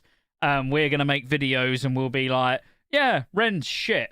You're not gonna use Blood Frenzy because Ren's shit. And then they're like, by the way, Ren now scales with your attack power quite exponentially. Like where they make... Because surely that's easier. It must be easier from a developer's perspective to look at the abilities that are there and not used and make them usable before adding new stuff. Is that that's what I would do. I'd go, right, no one uses this, why? Okay, let's buff it. Now they'll use it. Yeah, I mean, it's... You've got no faith. I can tell you by your face. It's maybe okay a bit, but I don't know. I guess they just want to do something a bit different at the same time, and not just always copy paste what works later on. It's like the melee hunter Mongoose Bite, which you can only use after a target dodges your attack. No, after you dodge. Oh, it's after you dodge. Yeah, it's after you as the hunter dodges. I've leveled so many hunters to 60. I do not train this waste of gold ability. It's so bad. I don't even know what it does. All I know is it sucks. So yeah, there's a few abilities like this. Render's one of them, by the way. Render's bad. Yeah. So maybe there's ability later on. Yeah. That's a prime example. Yeah, Mongoose Bite is a prime example of like a given rune at a later date. Where it's like, I don't know, when you critically hit with Flanking Strike, it gives your Mongoose Bite a 10-second window where it can be used with no requirements or whatever, you know what I mean? So yeah, you actually get to press it. But yeah, I completely agree. There's loads of these that are absolutely useless. Like overpower for a large part is pretty fucking useless. It requires so much RNG and like dodge when you're going to be like DPSing from behind, and which already like halves the chance of it to dodge anyway. You need these dynamic procs like from Rend. When Rend ticks, you've got a chance of being able to use overpower. They're what I'm hoping they add room wise, and I've been banging on about this now for like the last 3 days. that instead of like throwing loads of abilities at us every like, at level 40, they're like, here you go, here's another 9 abilities to choose from. It's like, no, not that. Give us another 9 options of how to improve the abilities that we've already got. Like, we don't need more buttons to press. Like, I'm fairly happy, with how the mage looks like it's going to play. But give me some RNG. Give me like, a chance on Arcane Blast is going to make my next Arcane Missiles free. Or, you know what I mean? Like, shit like that, where it's going to improve the gameplay without being like, oh, it's another button that I've got to press every 10 seconds. Because that's not fun. Yeah, no, I think it's they do have a lot of abilities they could build on. It's again, yeah, maybe we'll see it later on. Maybe we won't, but at least for Blood Frenzy, bleed damage for warriors is not all that great. So yeah, you'll be taking one of the other 3. Cool. Oh, so talk us through the next one then, Willie, because I think the next one is probably the one that you might take. Gee, would you? So Flagellation, gain a 25% bonus to physical damage done for 12 seconds after activating Blood Rage or Berserker Rage. So obviously at level 25, you don't have Berserker Rage, which is on a 30-second cooldown, I want to say. That's right. I think you right. have that level 32 or something. But you do have Blood Rage, which is on a 1-minute cooldown. So that is about 20% uptime, maybe less than that. I know maths hard, but yeah, 25% bonus to physical damage done on demand. By the way, so later on, okay, this at level 25, this is kind of whatever. But later on, you can activate Death Wish, Wreck, and then press Berserker Rage, and wow, that's 25% more damage. Like, holy crap, this is going to be a lot of damage later on in the game. Even early, do you know, like me as a feral druid, I'll use feral as an example. If someone was like, right, we're slightly nerfing, and tables in chat, so we're slightly nerfing the way Tiger's Fury works, and we're giving it a 1-minute cooldown. But when you use it, you're going to do 25% more damage for 12 seconds. I'd take that. I'll be like, yes, please. Yeah, that's great. Thank you. If you want to put that in now, that would be awesome. That is such an insane DPS cooldown on a 1-minute cooldown. If you just stacked up your Consume by Rage, you've got Quick Strikes ready to go. It hits that 80%. Maybe you activate Blood Rage to put you from 70 to 80 Rage. You get your Consume by Rage, and then you're like, Quick Strike, Quick Strike, Quick Strike, Quick Strike. Huh. That sounds quite good, actually, now I think about it. It sounds like there's going to be some aggro issues going on. I mean, would the tank not use it too, and they would have this stacking with their thunder damage bonus too? This is reasonable for tanks, to be honest. I don't see what else a tank would take. I mean, Warbringer, don't get me wrong, but you can live without that. As a tank, I would absolutely want to flagellate all over that shit. I mean, as a tank, you tend to just walk in defensive stance, and now you can thunderclap in defensive stance. So yeah, I guess you do take this as a tank. Yeah. 25% physical damage as a flat number is a big number. When all you do is physical damage, that's the thing. It's not like if it was 25% physical damage as a paladin, you'd be like, that's cool. But, there is a portion of holy damage going on. And, if you was an enhancement shaman, there's a portion of, fire damage going on. So it's like, it's not everything. As a warrior, it's like, you're going to do 25% more damage. Like, full stop. Yeah. Yeah, when you activate, and the best thing is it's on demand. It's when you want it. So you can line it up with Execute. You can line it up with Death Wish and Wreck. You can line it up with Trinket procs or on-use trinkets. On-use is just better than procs. Absolutely. And you can get it from 2 different sources as well. So you get like 3 activations every 2 minutes. I know what that is. It's about 25% uptime. Let me work it out. Hang on. So 6 carry the 4. That's a shitload of damage. Yeah, I'm trying to figure out the uptime. Basically, big number, warrior hit hard, warrior happy. I think that's the summary. And thunderclap is nature damage, so you don't want to waste some of your uptime on this with your thunderclap, yeah? Oh.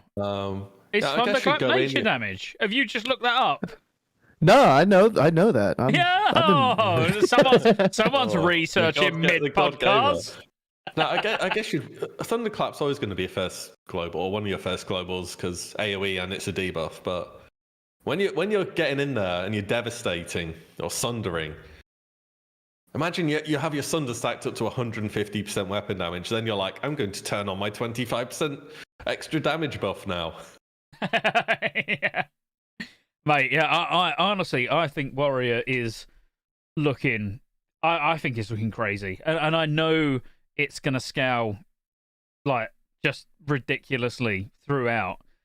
So it might not be the strongest at 25, but, mate, at 60. Yeah, 60. I mean, the runes we'll go over at the end, actually. I won't jump ahead there, but... we've only got 2 left. Let's do Warriors last have two. a lot of... Warriors have a lot of flat damage modifiers, put it like that. Yeah. But yeah, next one, we've got Raging Blow. Deals 100% weapon damage. Doesn't say it deals with both weapons or anything, just your main damage weapon, it seems. Can only be used while essentially any enrage effect is active. So yeah, have an enrage effect active and you can press this button. And I was looking on it, and I don't think this actually costs any rage itself. It's on an 8-second cooldown, from what I can tell. If it's free, I mean, that's even more insane. So, yeah, something I missed was the fact that the leg rune, that consumed by rage actually is... I know it says enrages you, but I missed the fact that that would class as something that would allow you to actually use, Raging Blow, Yeah, which... I mean... yeah, I'd assume so. Because otherwise you've got Blood Rage and it's just... And that's it, yeah, it makes it absolutely useless. It'd be like, okay, you've got 10 seconds to use this every minute. Good luck. And it's, by the way, it's got an 8-second cooldown.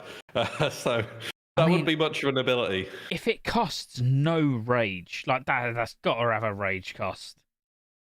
I think the perceived downside is that you need to be enraged and it has a cooldown. And I think after that, you can just press the button.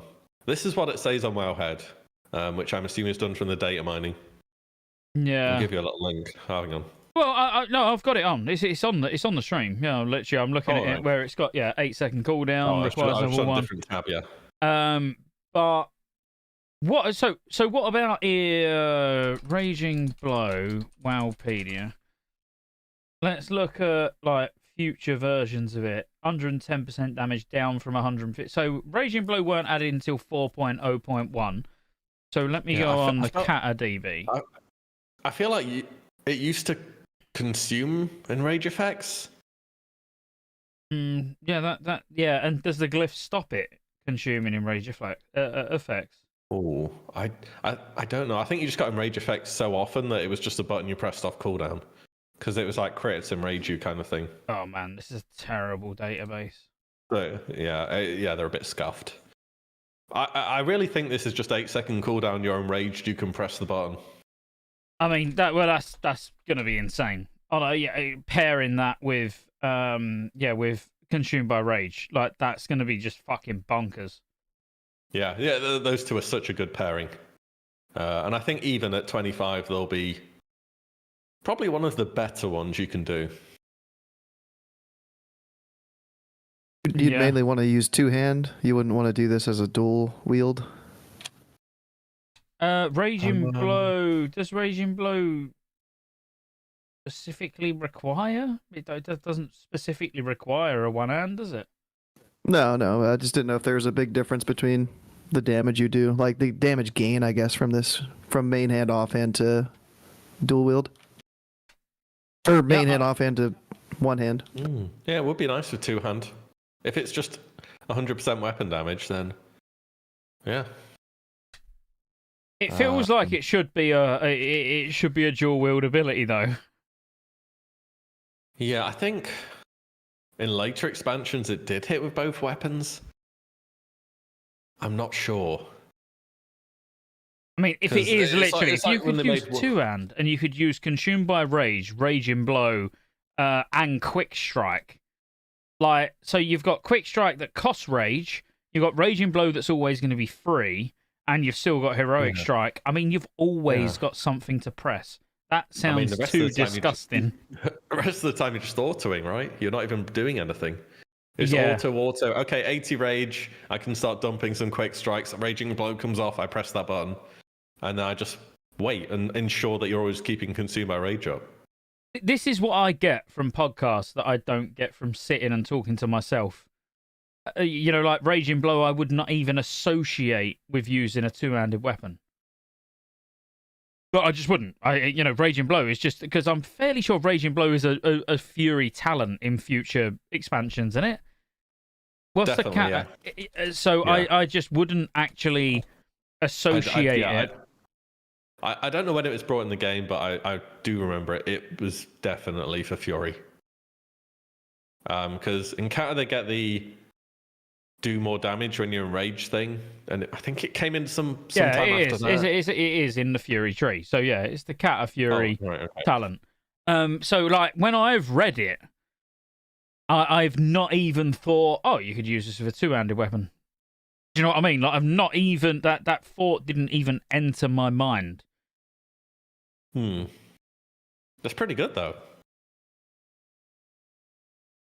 Yes, it is. Because I mean, it's very I'm gonna do good. a video pretty soon. I'm gonna do a video pretty soon where I guess do some guesses on which class is gonna be good and not so good at 25, and I may have to do some revisions on the warrior, maybe. Yeah. With a Wind Fury, you've only got Feral. It's not like you have a choice. That's quite good. It's free. I mean, what weapons are there at 25? That is literally like obviously what they do in vanilla is use hamstring because it's like really cheap, and you're trying to use hamstring to proc Wind Fury as a warrior. You know, it costs like 10 rage, so you just spam hamstring. This you can spam Raging Blow. Well, not spam it. I know it's got a cooldown, but you're essentially pressing hamstring, but it's doing 100% damage and costing you nothing because you got consumed by rage up anyway. And then you've got quick strike like that. I mean, I don't know. I feel like that's kind of fucking broken, actually. Yeah, it seems not bad, for sure. Well, we've got one left. Go on, Willie. Last one. So last one is a talent from Wrath Warbringer. Your charge, intercept, and intervene. Why have they put intervene on this? We have not heard whether we're getting intervene or not, but intervene's on the tooltip. Either way, charge, intercept, and intervene are now all usable in combat and in any stance, and will remove all movement impairing effects when activated. Amazing for PvP. So yeah, if you're a warrior and you hate getting tormented by mages who kite you forever, you can charge out of Frost Nova now, which is pretty good. Assuming they don't dead zone you, which any decent mage will. But let's pretend they don't, and they let you charge out of Frost Nova. It's just good. The interesting bit's intervene. Like, our warrior's going to get intervene baseline if Blizzard just left this taxed on the talent. Because it's from Wrath when warriors already have intervene. Don't know. Yeah, because you would think. Yeah, you would think like if they was gonna add it, it would just be a trained ability for to use in defensive stance, maybe, or it's just been left on. Yeah, I mean it could very well just be left on, but you think shamans are gonna get dual wheel baseline? Why don't warriors get intervene baseline? Yeah, absolutely. Could happen. I totally agree. I mean, you're not going to use it in PvE over those because even now thinking Raging Blow, Raging Blow it's free threat for a tank. You know what I mean? Like if you was to as a tank, if you was to go Raging Blow, and then let's say Devastate, like you're going to use Devastate, but Devastate costs rage, but then consumed by rage if you didn't want to go Furious Thunder. and you're pulling to go up, so you get the enrage effect, and then you're dumping. You can be dumping into Devastate using Raging Blow on cooldown. I mean, that's probably some pretty insane threat. Yeah, I mean, it just looks quite useful in general, Warbringer. I think it is more of a PvP related thing, where you can just constantly get out of roots and slow. It's going to be so good for PvP. Like, warriors already scale they scale great in every area of content. Yeah. So yeah, it's going to be generally good. Heroic shot. Obviously, that's not guaranteed. That's just something that's been data mined. It's in the 1.15, but it's the same as cheat death for rogues. We've already sort of had confirmation that cheat death's not going to be there, but it is actually on the PTR, or in the PTR files. So we are trying to focus on what we know. As in what we've seen, what we know is definitely in the game. Heroic shot. It'd be nice if it is in the game, but who knows? So I guess those are the warrior runes. For builds, I think it's I think protection is the most straightforward, to be honest. So go on, what would you go? Let's make the build. So for protection, just an all-rounder, what would you do? At least on the rune side of things, legs Furious Thunder every single day of the week. Mm-hmm. Hands Devastate. Chest. Probably. I think go Flagellation or Raging Blow. On average, Flagellation will be better because you only have one enrage effect at 25, which is Blood Rage. So you'd only get one Raging Blow out of that window. I think to use Raging Blow, you have to use Consumed by Rage, don't you? Them two just go together. So if you're using Furious Thunder, yeah. Blood Frenzy, I mean, are you even? I mean, you can rend in defensive stance, but are you going to tab rend or are you just going to press Thunder? You're just going to press Thunder because it does a lot of damage. So I think you do go Flagellation here with that build, and then I don't even know if you go down the prot tree, to be honest. I think the best talent in the prot tree is Defiance for the bonus threat, but I think that could, without going super into detail, because you really could, you can go down any three of the talent trees here for prot, and I think there's an argument for all of them. Whether it's reducing the cost on, Sunder and other abilities, bonus crit strike from Fury, just the general utility of arms, and reducing the cost of Thunderclap. Yeah, all three have merits.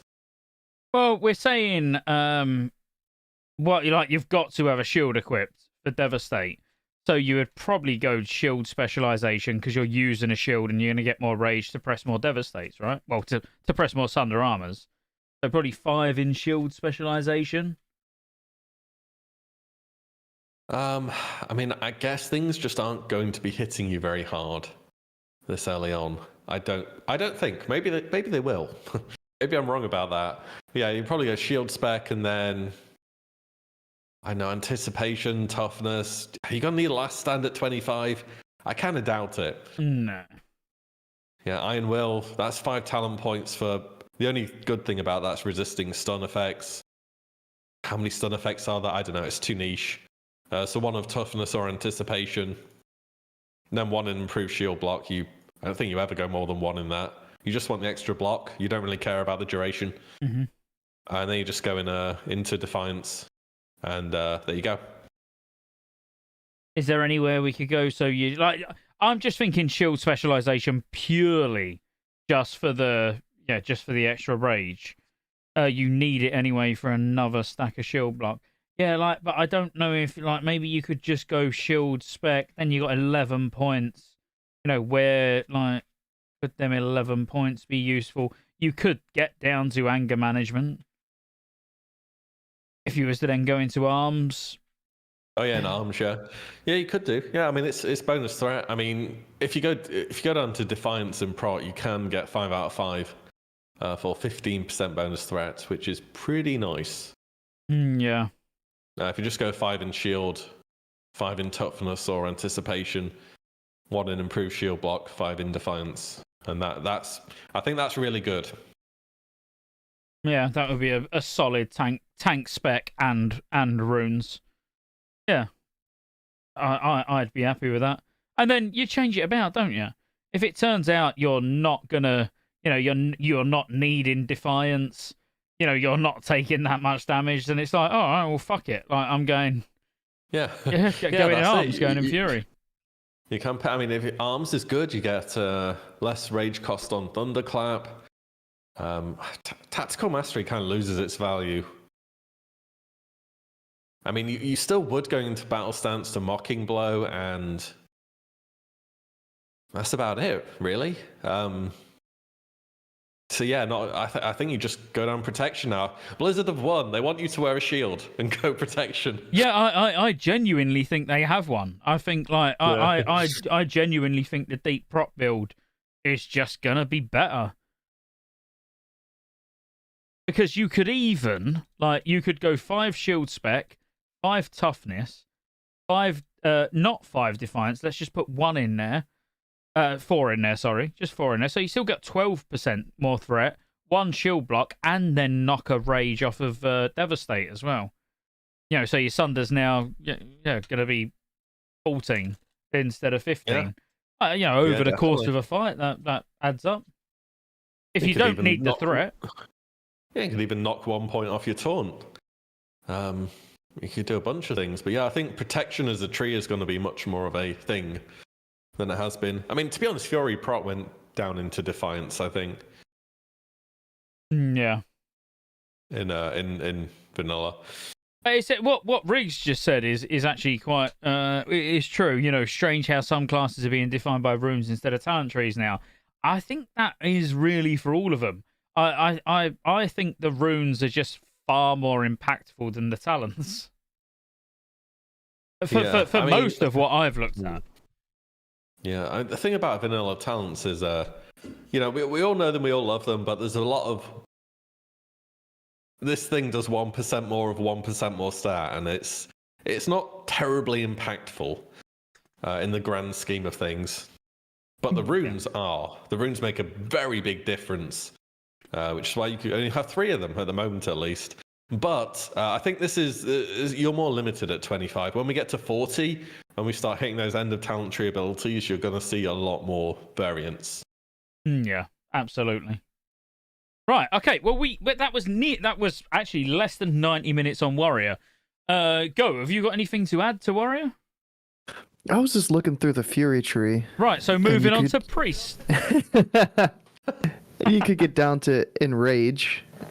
If you wanted to use Enrage as a tank, I was trying to put points in as a tank warrior to make that work somehow, but I feel like you're losing so much that you're gaining from the prot tree. So yeah, I was just having a little look through there.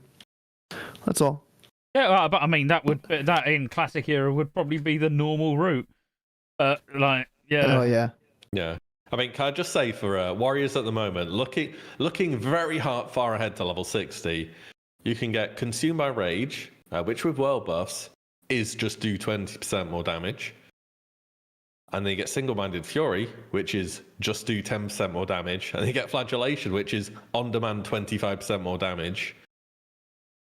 And then you add that together with Death Wish, and then you press Wreck, and no one is catching you on DPS. At all. It will not be close. But again, that's very far in the future. Things could change. Oh, they're looking good. They're looking good. Warriors are looking good. But I am really excited to talk about Priest. So we'll park it there. I'll put it out to chat. Have any of you got any questions about Warrior before we move on? Because we did just do that in about 90 minutes. I know we've been live for hour and 50, but me and Go talked a lot of shit at the start and that, so I feel like we actually got through quite a lot there in 90 minutes. And this is what, having people like Willie on and just guests in general, being able to sit here and talk through some of this stuff. It's fucking priceless, man. There's so much that, how you think you sit there and you read something and you're like, yeah, all right, cool, that's how it works. And then someone says something and you're like, Oh shit! Yeah, actually, that makes sense. Like right at the start, the warlock tank with a shaman earth shield is just like I wouldn't, because I'm planning on playing Alliance. I wouldn't have even thought about that. So we do at least learn things from this, which is what I love. Right back making a video. Yeah, for sure. Yeah, I've got something to do suddenly. Yeah, and the video starts with, guys, I've just had an amazing idea. By myself, no less. Yeah, absolutely no help at all. Yeah. Zero. Two-handed fury PvP gonna be fun. Okay. Thank you, Scottejaye. You're welcome, Nest. Not necessarily as they're making other abilities and runes so impactful makes BT less valuable. I think we can move on. They're all just let them argue amongst themselves while we talk about priests. I'm worried about their warrior uptime in PvP is kind of scaring me with their toolkit now. I'm used to being able to root them as a druid and like Nature's Grasp, and they're just going to be able to be like, oh, nope, I'm out. I'm on you again. What are you going to do now? Like, I'm scared of them. Your little owl hole is just going to have a two-handed axe hanging out of it constantly. It's going to be rough. So, what are your thoughts on priests? I am going to grab a beer again, but I am listening. So, like both of you, like from what you've seen of priests in terms of healers, DPS, the runes, like how excited are you both for priests? I haven't seen much on Shadow Priest, so hopefully we can dive a lot into that side of the specs. The holy stuff, I mean, it looks like, you're going to bring one to your raid, yeah. Yeah, I mean, for Shadow, they've got a lot of support, which they needed. They'll definitely be able to do some damage, especially AoE. I think people might be sleeping on Shadow when it comes to AoE. The problem is, Blizzard have not done anything to solve their mana problems, like literally nothing. So you're still going to go in like a minute, and that's going to be a big problem. And I know that feeling as a boomy. Yeah. I mean, hey, you can cast Wrath for free. You got your problem solved. You're good now. But Shadow Priests, they just didn't get anything to help them with mana. Like no replenishment effect from Wrath, no Vampiric Touch, mana battery from TBC, just nothing. So you're gonna go You'll still be incredible in PvP, by the way. Like they always have been, especially in duels. Shadow Priests are just a monster. But when it comes to PvE, you're gonna do better damage, especially on AoE, but it's just not going to last. But they did get homunculi. Yeah, but you can spawn some little gremlins or something, which you got to debuff something. I don't know. They do look a lot better, but there's another problem with Shadow Priest at level 25, and that is that if I'm honest, they're just not going to be very good. And it's not because of their mana bar; it's because you have Shadow Weaving as a talent, which is a potential 15% bonus shadow damage on the target. You have Darkness, which is 10% more shadow damage, and you have Shadow Form, which is, I think it's another 10%. Maybe it's 15. Let me check. It's 15. So you're missing 40% of your shadow damage at level 25, by the way. So you're going to be in a bit of a waiting room for level 40 to start doing damage on a priest. And by which time, I hope you have had some kind of help with your mana problems. What about their hit chance? I'm just looking at their spec here. I haven't really played as priest, but is Shadow Focus 10% hit? Because that would be huge at 25 compared to everybody else. Funnily enough, Shadow Priests have always been really good for hit chance, unlike Warlocks, which I'm all too familiar with, because Destruction has 0. But yeah, Shadow Priests have always been great at that. Yeah, that's ridiculous, dude. 10%. I know Mage might have a lot of hit as well early on, but 10%, dude. Like I would trade any talent for Shadow Focus. Oh yeah, Boomies have 0 too, right? But it's like being it's like being a boxer and always being able to hit, but only being able to hit twice.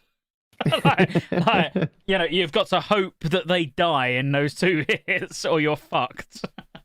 Like literally, that is what it is.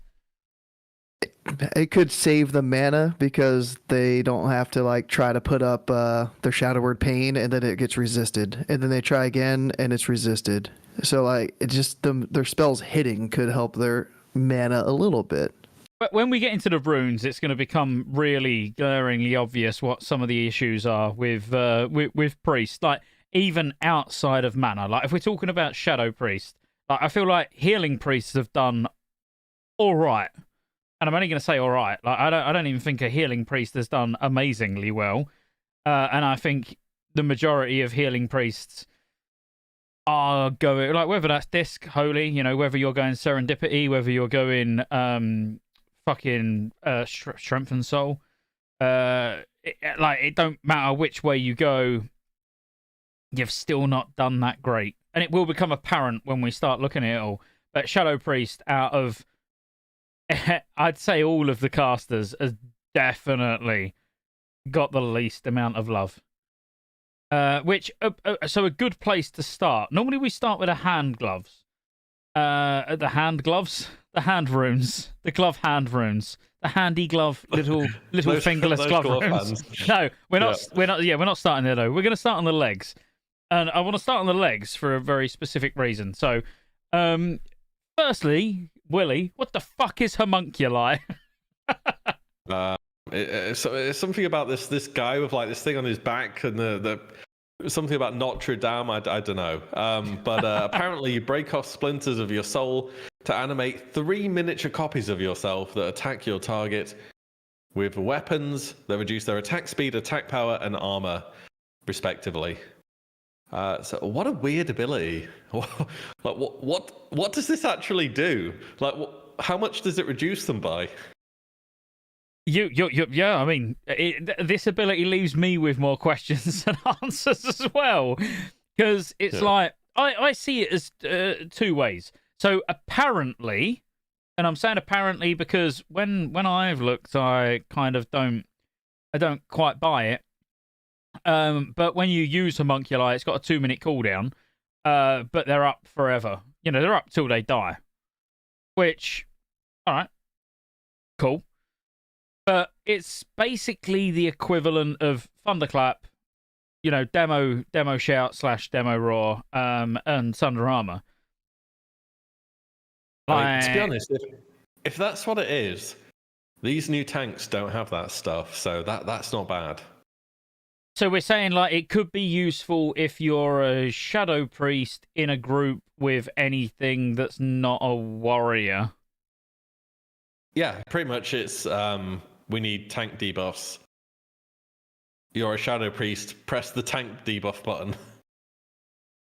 Yeah. 2-minute cooldown on it. And if one of them, if one of those little splinter bastards die, you've just lost one of your debuffs. Oh, wait, I've just remembered how bad pets are in vanilla. Okay, this is garbage. They'll die they're gonna have like 10% of your health and die to like a strong breeze, aren't they? That's my worry.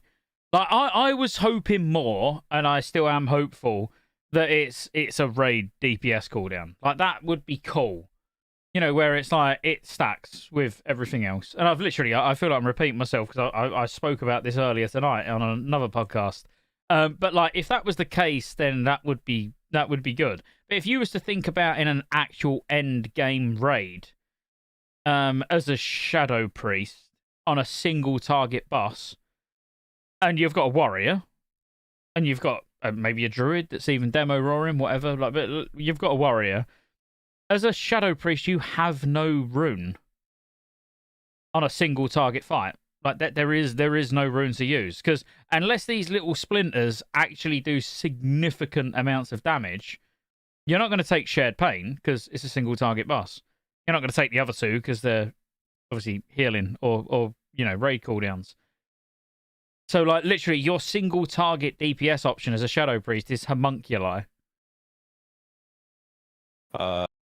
Yep. Yeah, it does seem that way. That's pretty shit, isn't it, really? Yeah.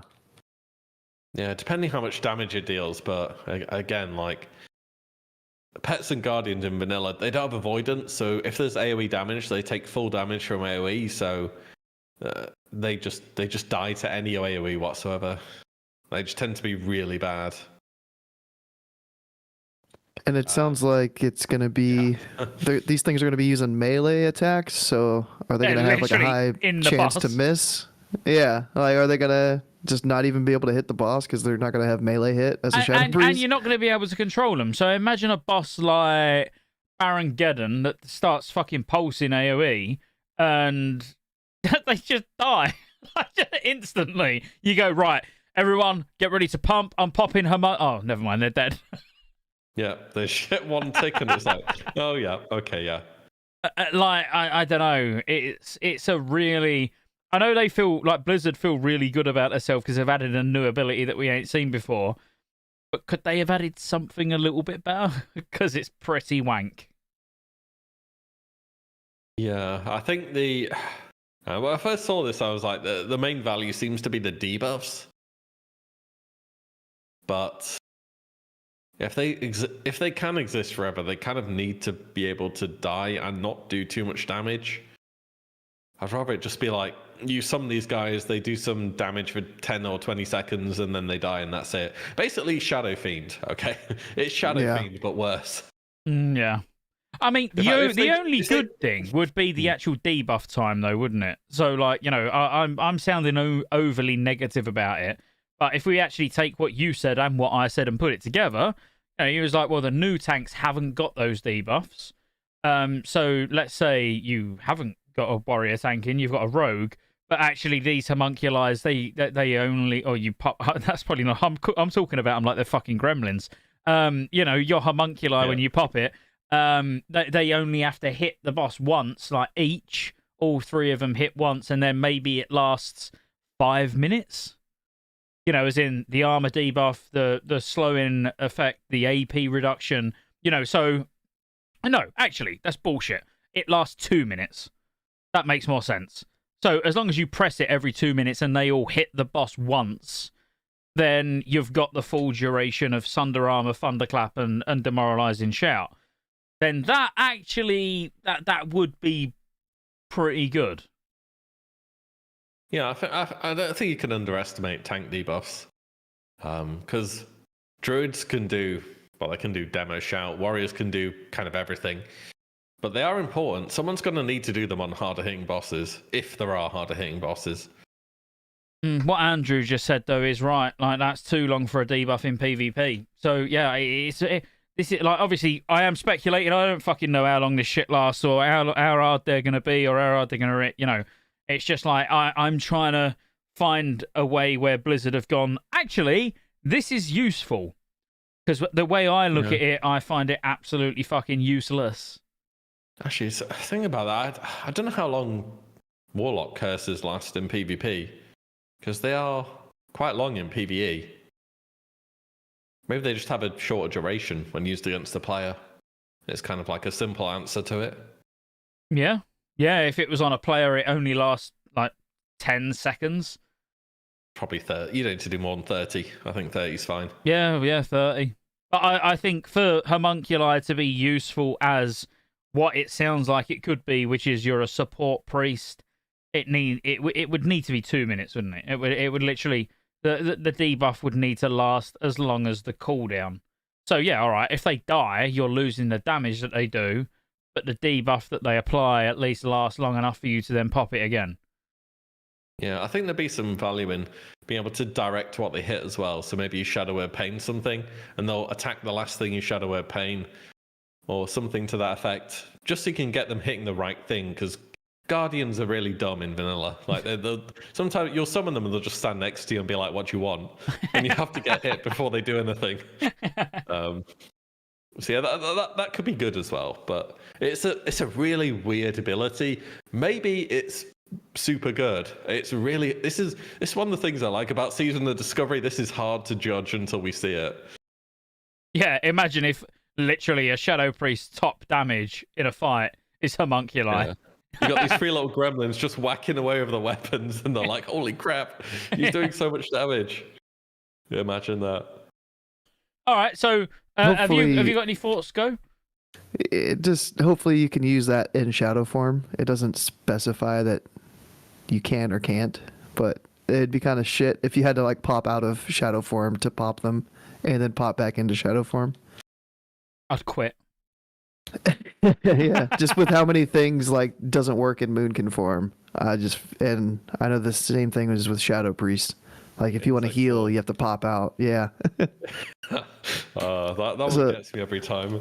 Yeah. Sixth form. Oh yeah, resto ability, by the way. No, I'm going to assume it's a shadow spell. It looks kind of shadowy. Look at the icon. I yeah. also like what Whispering said. Like it would be useful even in PvP, you know, as a cast interrupt. So when like a healer's trying to cast and you put Homunculi on it and he's getting hit now by 3 targets, like giving him constant pushback. That's a very good point. Yeah, that would be reasonable. Priest just uses fear. That's Homunculi. So next we've got Power Word Barrier, and I fucking hate what they've done to this ability, so I'll go last. Yeah, so I'll just echo that as well. Go. So It looks what's your like a thoughts? great ability. I know what this does in Kata, and it's a great ability in Kata, and it is not a great ability in Vanilla. Summons a holy barrier to protect all party members at the target location. Party members, not raid members. For 10 seconds, reducing all damage taken by 25% and preventing damage from delaying spell casting. I do like that part. Yeah, that's cool. So now I'm going to just put a challenge out to you, Go. So let's say it is 40 man raiding at level 60. We don't know yet. Soon we will. So it's 40 man raiding, and you see a power word barrier that's been cast on a person in your raid. How do you know that they were in your party? The priest would have to be like putting a barrier on group 3. Have you played with the people in our guild? Do you think they can communicate that? Most of the time Barrier they struggle 27. speaking. Yep. This is why is it party-wide? Party-wide buffs are the worst thing about TBC raiding. By such a large margin. Please don't bring them back. Just get rid of all of them. So I complained about this a lot in the priest video that I did, and people were, there's some people that were like, no, that's a good point, and then there was others that are like, all these sort of cooldowns are only party wide. So my argument back, which will be in the big video with all 9 classes included, with amendments, is okay. Well, if you wanted to do a party wide cooldown like this, it should be Divine Hymn. Not barrier. It should be something non-visual, not something that everybody's instantly going to be like, shit, there's a barrier there. Let's run into it. Because I will. I'm telling you now. Like in Season of Discovery, if I see a barrier, I'm running into it. I don't know whether it's casted on my party or not. Like I got no idea. But if I see a big fucking holy bubble, I'm gonna want to stand in it, just in case it is on my party and it's gonna reduce the damage taken and no pushback and all of that. So I've got no problem with party-wide like cooldowns, but I've got a problem with party-wide cooldowns that are visual to the entire raid, like Healing Rain for shamans, where you put Healing Rain on the floor, everyone can see it, but only 5 people are going to get healed by it. Like that's dog shit. There's going to be a weak aura that's going to let you know. It's going to be like, oh, nope, you're not in the barrier group. Sorry. So you'll never know. Yeah, I won't know. I'll be the one still standing in it. Go will spend entire raids just running from barrier to Healing Rain, barrier to Healing Rain. Like, one of these has got to be mine. I mean, I have to say, I don't like group-wide buffs. It just wasn't good in TBC. Like, that's all I've got to say, really. They just weren't. They forced you to make a raid comp very strict around. You need this setup for your group, or you just feel bad when you're in group-wide content. It potentially could have been a thing in vanilla, but the classes that brought the group-wide buffs were just so bad on average that you didn't bring them. Okay, sorry, Moonkins, for example. It was, 3% crit, didn't quite add up. You put it at 5% TBC, you're like, yeah, maybe we do take that. I think the one exception is Wind Fury. That is, a raid-wide Wind Fury would be extremely powerful and would, you'd only ever bring 1 Feral, 1 Shaman, ever. So I think that's the exception. But all the other group-wide buffs, I just don't like them. Like Demonic Pact is group wide for Warlocks. Like, really? Do we have to do this? You do not want Demonic Pact to be group wide. Trust me. Yeah, that You're sounds going to be absolutely terrible. hard forced to take that talent. And this is huge, isn't it? Like it's 25% damage reduction, like for everyone. So when there's big raid damage coming in, and obviously we know there's not that much big raid damage in vanilla raids at the moment, but let's fast forward 6 months where we're doing it and it's been tuned and we've got new boss abilities and stuff like that, and they're trying to get people to use these utilities, these raid cooldowns. You're gonna want a fucking priest with power barrier in all groups, just so you've got it. Yeah. I mean, I hadn't thought about the visual thing either, but that is it's a big deal. Because when barrier came into the game, you see a barrier, you walk in the barrier, you get the barrier, that's it. It's like before that with him and Tranquility and stuff like that. You can see them going off, but you don't have to move somewhere to get the benefit. You do or you don't. Yeah. See, that's a good point as well. And the same with like DSAC. Obviously Paladins are getting DSAC. That's great. So they pop DSAC and you're going to get the benefit. But if you're not in the party that they've popped DSAC for, so if I just switch to Paladin quickly.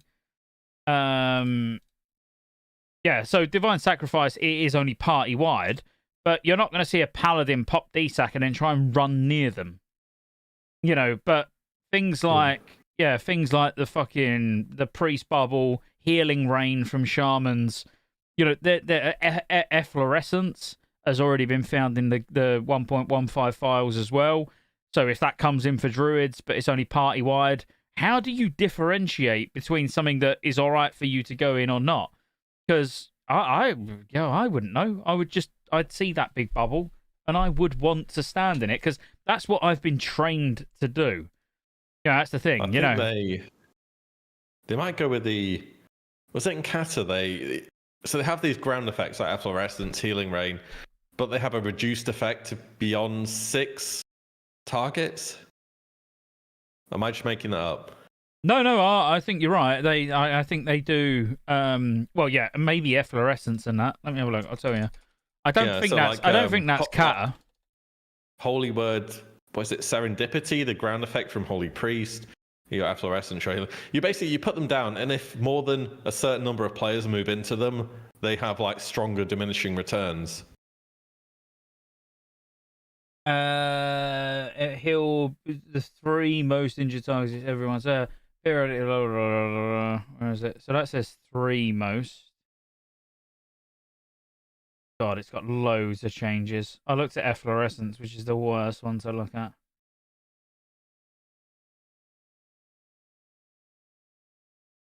No, but what you're saying? Now has a diminished effect when healing more than 6 players at once. So that was 4.0.3. Yeah. So it will still heal them, but yeah, after the more it does, the more people it heals, the less it does. Still, if you're stacking, if we're doing on White Mane, for example, when we're killing Major Domo, not Major Domo, it is Major Domo, second to last boss, one before Rag, it is Major Domo, Fandros, that's the one. We will stack. We'll stack in Efflorescence, we'll stack in Holy Word, you all just stack. But that's because the damage that the boss is doing is split evenly as well. So it doesn't really matter. But you still want to stand in it. Yeah, I've just found I was looking at Healing Rain patch 5.4, so that's at the end of MOP. The Healing Rain is a smart heal, heals the 6 most injured targets within range. So whoever's the most injured, 6 players will get healed. It's going to be the 3 homunculi, and then... it also specifically says doesn't target guardians.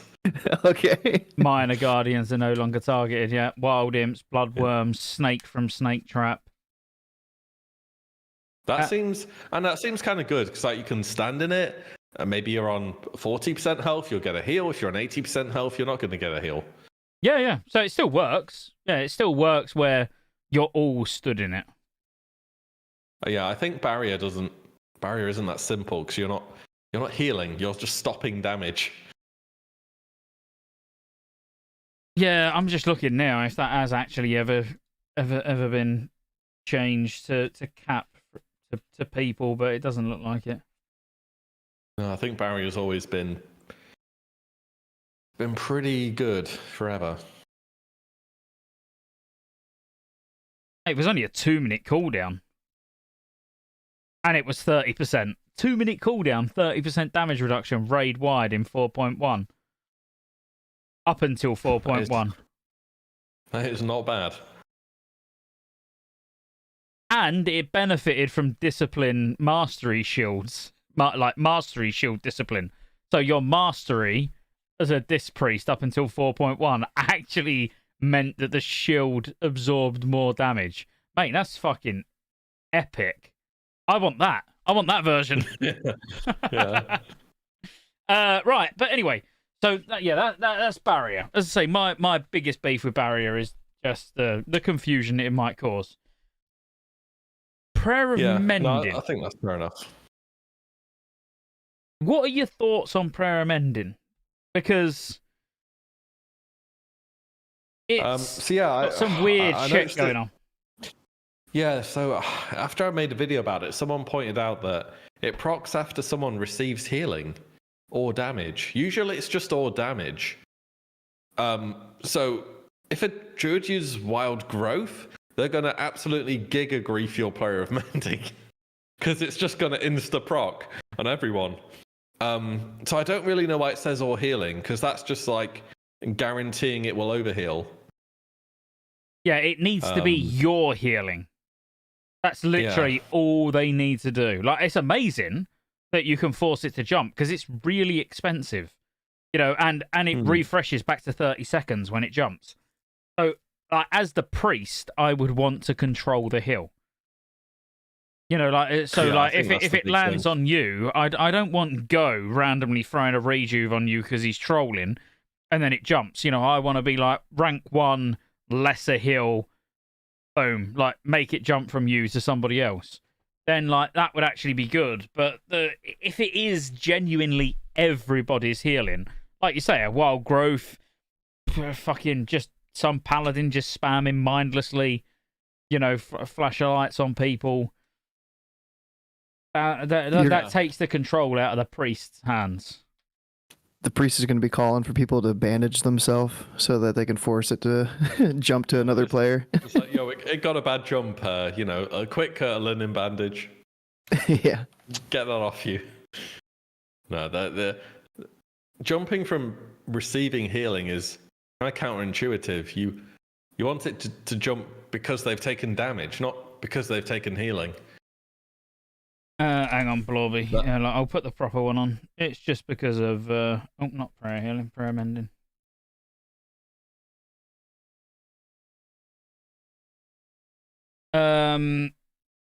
Next time they take damage or receive healing. Yeah. Yeah, I just think as the priest, you want to be in control. Like that for me, as long as if all they do is change that to when they take damage or receive healing from you, as long as that's all it says, I'd be happy. Yeah, it just seems strange with the healing thing. I guess they put that on there because a lot of fights in vanilla there's not much raid healing, to be honest. You tend to do a lot of tank healing, but not much raid healing. And it's 15% base mana. If you're using 15% of your base mana to put this on a tank, and it's a heal that lasts, technically it lasts 2.5 minutes. Because it refreshes back to full duration every time it jumps. You're not gonna want to be wasting 15% base mana in Season of Discovery by spamming this on the tank for such a small, pathetic hill. You need to be able to control the jump. You'd literally, you'd be in the first 30 seconds of the fight. It's expensive. Yeah, it does need to be able to you need to wait to be sure it'll jump, and I think it's kind of fight dependent. Whether you take this or not, because otherwise you just put barrier on a tank, and they're going to take 25% less damage. It's probably more useful than Prayer of Mending on average. But so Blorby, when you're saying 15% base mana ain't a lot, it is when there's not a massive difference between your base mana and bis mana. It's like we're not talking ludicrous amounts. Like for an ability that's meant to heal 5 times, and like Willie said, there's not that much AoE healing going out. Imagine you was in Dead Mines and you Prayer of Healing the tank gets hit, it now jumps to me as the healer. Well, I'm not going to take any damage. So, like, 15% of my base mana was just used for for 20% of the healing capability of that spell. I think it really does have to bounce and get value, which I think they put the healing thing on it because it's just not going to bounce that much. No, I agree. And it's going to be literally a way. If it don't bounce, if you can't force it to bounce, it is, it's a waste of mana. You might as well just use a normal, a lesser heal, or a heal. Homunculi. Or pop a homunculi. That's going to be worth more mana, yeah. Pop your little gremlins going melee stuff, and yeah. Oh, yeah, for humans, it's going to be 150 mana, roughly. 150 mana for a human. For Palm, yeah. So if I go 60 upgrades, go to my characters. Oh, they're all on my fucking Mac. And if I fill in with like the autofill, you're gonna have about 2k mana. And it's 100. And it's 150. Yeah. So you could literally only cast it 13 times in a fight. Yeah, with no mana regen stuff. Yeah. I'm sure you'll be able to use this when you want to. I don't think it's going to drain your mana that bad. If it was 20+% base mana, then maybe it would start to add up a lot more. But yeah, 15%, I'm like Blorby. I don't think it's that much. I do. Like, in a fight, if we're talking something that lasts a couple of minutes, like, this is... If it gets all 5 bounces, then it's all right. Oh, yeah. But it needs... so 205 mana for a heal versus 150 mana for a pump. Yeah. But you're going to do a prayer mending that is literally going to do a fraction of a heal. Has anyone put in how much the heal will actually do? It's got that weird tooltip. It's like 93 divided by 100. It's got the spell power mod's like 0.429, so like you need 2+ spell power or healing power to get 1 extra heal from it. And so Blorby said it was 205 mana for a heal. Let me just go to heal. Let's look at this properly.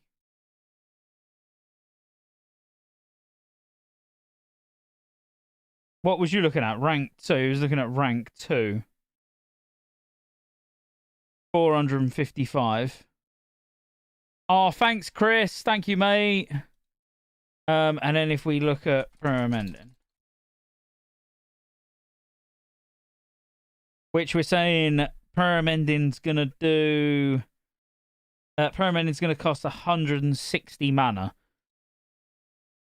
So heal for 205 mana is gonna do 445 to 507 without any plus healing or anything. And this is going to do 93 into 100.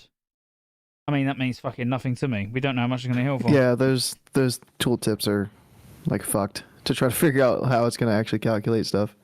Well, when you say they're used for massively different occasions, Blobby, they're not. Well, they're not, are they? As in, like if when you use prayer mending in Wrath, you use it on cooldown. Full stop.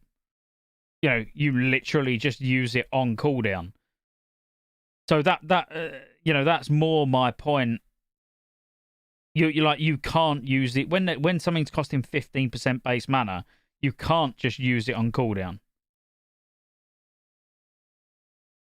Yeah, exactly. Exactly.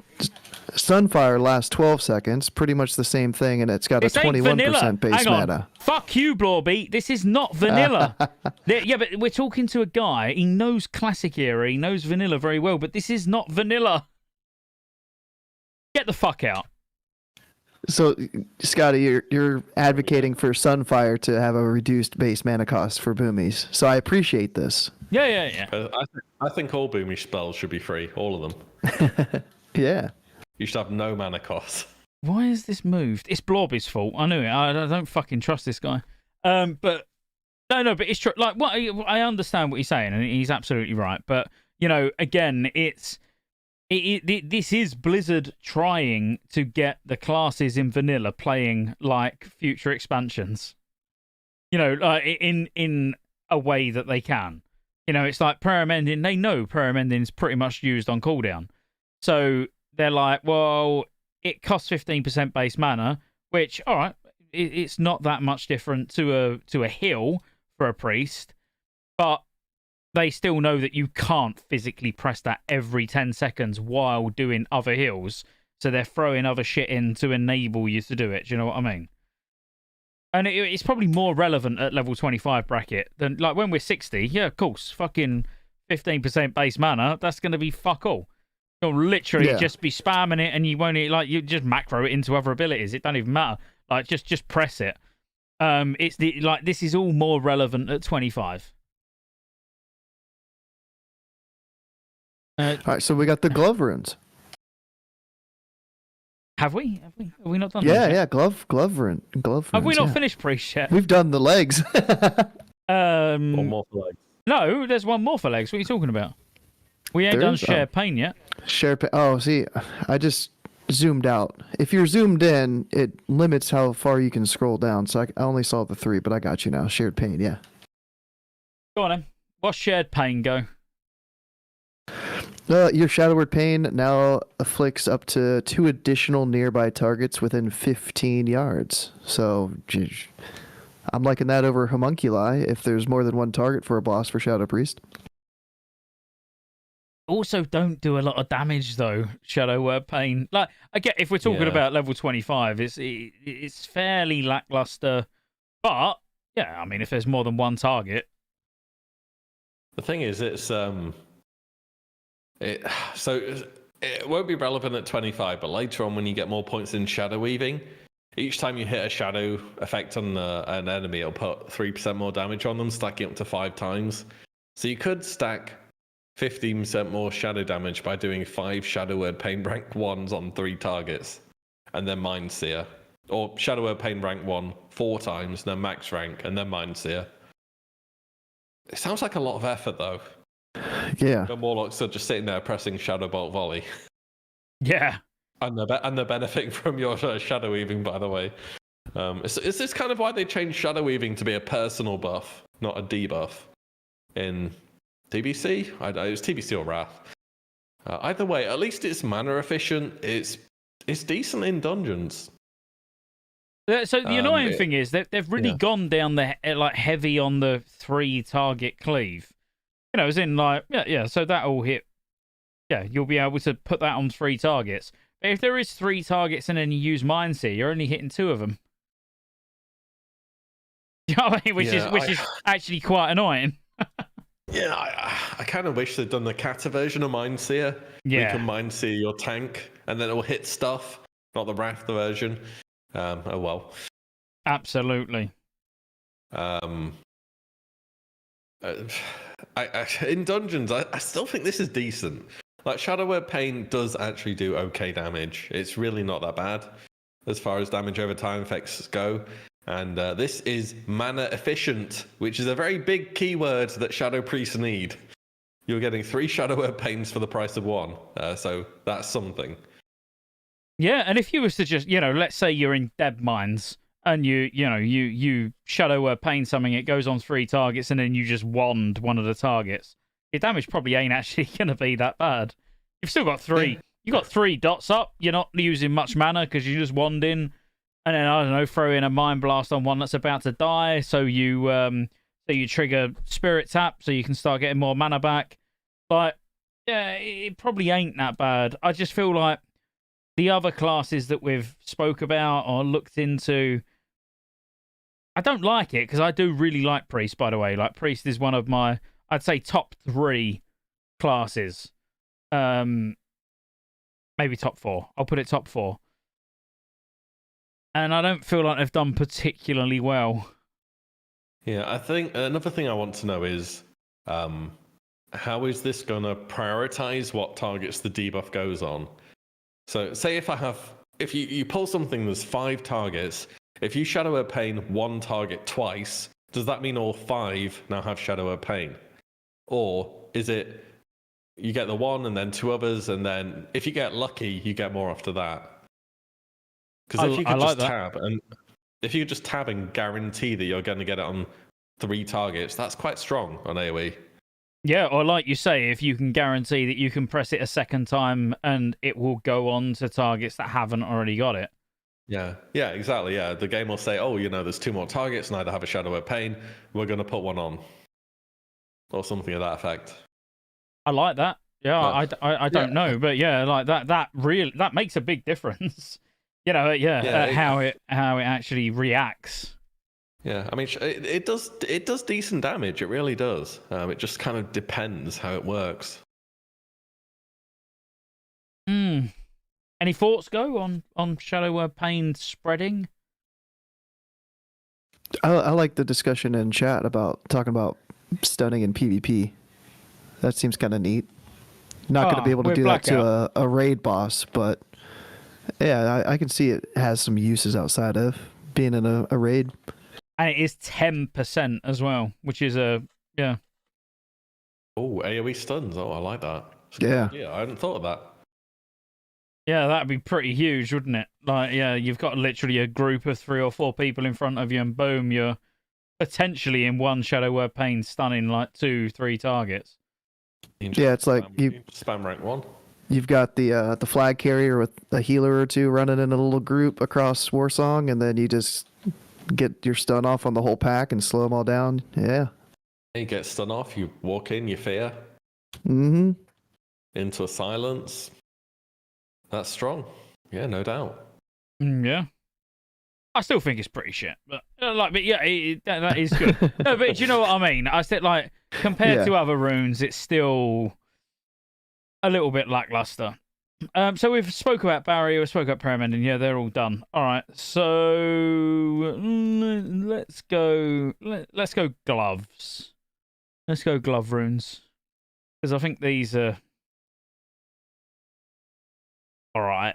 Again, fairly boring. I do at least like the fact that Shadow has got a choice between single target and AoE. I mean, so first we got a circular healing. It's the TBC spell. It's prayer healing, but it's instant, and that's circular healing for you. There's not much to add. Are there many fights in vanilla where a party needs extreme levels of focused healing? No. So yeah, I'm not expecting this to be very useful, to be honest. But there's another one we're going to see in a moment. They did buff it though. They did buff it. It went from 15 yards, which was absolute shit, to 40 yards, which is not as shit. I think that's about the nicest way you can describe it. It's so niche. It's so very niche in a game which just doesn't have a place for it. At the moment, maybe it does. Maybe it's like, we need a group to soak this mechanic, and it's just not going to happen. It's just isn't very useful, to be honest. I agree. I can't think of many bosses where there's much more than 2 or 3 people taking damage. If you're doing the boss right, like it's just not it's not an AoE healing game, is it? No, I mean there's like 4 horsemen, Sapphiron. There's like, are you going to say? Oh, there's 2 fights at the end of the game where I can see this being played. It's like, come on. Yeah, I can see it having use in the level up raids. So in like Black Fathom Deeps, there was, I think it was the first boss, you would get it to 70-75%, and it would drop everybody down to like 10% health. So then you could Circle of Healing, top people back up. So it maybe like the raids that we know and love, it might not have that much use, but I think these brand new raids, they're going to have abilities where it could come into play. But then they've got to make the level 60 raids, like, require these runes as well, haven't they? Yeah. I mean, if that's the case, then hey, I know vanilla, and I know this just isn't very good at the moment. But if something changes, maybe it could be good. Just switch to Pittance at 60. That's fine. Yeah, I mean, just you'd always play Penance, to be honest. But we'll get onto that in a moment. Mindseer then. Okay, so circular healing. I literally I can't say any better than Willie. Yeah, I just agree. There's not those, especially for the fucking amount of mana that it costs as well. Because this is big. All right, so you thought 15% was harsh. This is when I can find it. Hang on, it was like 28, I think. Yeah, even in TBC, circular healing was so mana intensive. Like 6 second cooldown. Mana pool. 28%. It was really like yeah, it was on demand. You need healing now, but 5 specific players. Yeah, it was. Yeah. I'm waiting for Blorby to go. 28% mana's not that bad. Get the fuck out, Blorby. I don't get out of bed for 28% mana. But Mindseer and Wrath is genuinely good. I thought it was kind of garbage in Wrath before I played it, but it's actually quite good. It's not. Wait, let me read it. Yeah, all enemies. So it's not target capped. It's a good AoE. That's basically it. Yeah. And you blow all cooldowns as a Shadow Priest, and then press Mindseer. It actually it slaps. I wonder if it's stacks Shadow Weaving. It costs 28% base mana, so you're not going to be able to spam it because it's so expensive. It's right. You'll press it once, go AFK, and wait for the next pack. Yeah, look, you can do a strong 4 casts per mod pack. Just macro your mana pot into your Mindseer. If this stacks Shadow Weaving, that's really good. Really good. There's so much AoE. Does this not worry you? Like, well, both of you. Like, does this not worry you that, like, the trend, other than Rogue, but fuck Rogue, the trend seems to be like everyone is getting some form of cleave, AoE, improved AoE, like for those that have already got AoE. Yeah, I mean, this is something people they take issue with in Kata and stuff. They say, every class can do everything, but as long as they can do stuff in a slightly different way, I think it's okay. Because, like, if you look at vanilla, it's like, okay, Mage does all the AoE. So what does Paladin do? They're a good defensive class, they're a good utility class. When it comes to AoE, they can do literally nothing. It's like, if you played Mount Hyjal in TBC, you pretty much found out who was a good AoE class and who wasn't. I did, unfortunately. Please don't remind me. I've got PTSD still. Those waves were miserable. I played a lock, obviously, so I'm okay. But, if you were playing not a lock or a mage, or the prop pally, you were useless. Your class had no strong point there. As a feral druid, I take deep harm from your comments there. But yeah, I might as well have not been there. I might as well just waited outside until the boss spawned. Yeah. Sometimes I did that raid on my prop pally, Brett pally. I could have gone AFK. Nobody would have noticed. No one noticed when I was AFK because I was streaming. I was getting pissed. People was like, Scott's just where he normally is, 18th. Yeah. It was like, instead of doing 1.8k, he's doing 1.3. Oh no. Yeah.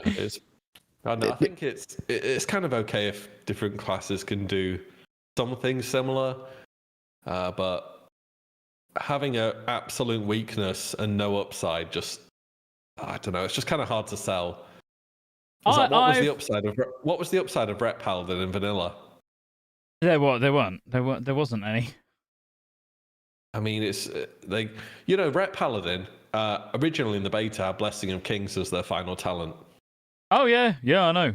And actually, it's kind of funny. They would have been mandatory in every raid. In PvP, like Ret Paladins, they were all right in PvP. And like Wreck Bomb, I literally remember the day the guy one-shot Kazakh.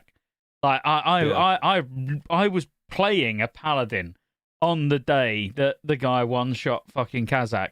You know, like, there was crazy shit. Like, paladins have always had to find ways to cheese things to be able to do anything useful. Like, that's the way of the paladin life. But my concern, not concern, my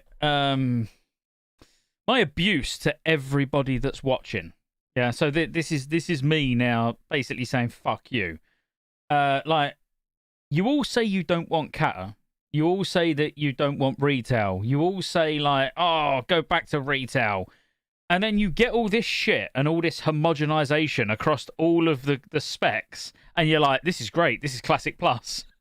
No, it's not. It's not Classic Plus. We are literally getting retail in vanilla. So I just want everyone to be aware of what you're getting, because this is great for me. You know, like, I love this. This is going to be fantastic. This is exactly what I want. I want, you know, retail classes in vanilla. This is going to be, like, fucking beautiful. But it just cracks me up that so many people are like, oh, kata sucks, because this is where everyone gets an interrupt. Everyone can tank. Everyone can do this. And it's like, and the same people are like, oh my God, look at what we got. We got Classic Plus. No, you've got Cataclysm in vanilla. Like, that is literally all you've got. Because, like, paladins with rebuke. You know, so, like, paladins can now interrupt. As a holy paladin, you can interrupt. That's beautiful. Yeah, you know, druids with Skull Bash. Like, all they're doing is making everybody be able to do everything. Yeah, I think it comes down to, like, what's your class good at? What's their real strength? And in vanilla, some classes just had too much, and others had too little. And if you give everyone the exact same thing, it can kind of skew that line a bit. But as long as everyone can do something similar, but they do it in a different way, I think that's kind of all right. I think it is a very delicate line, though. I think they've gone a little bit too far. You want a reason to care about your class. Yeah, I agree. And like, again, this is coming from someone who's mega excited. Like, I'm going to absolutely fucking love every minute of Season of Discovery. But I would say Season of Discovery is far closer, dare I say it? Dare I say it's far closer to retail than Cataclysm is?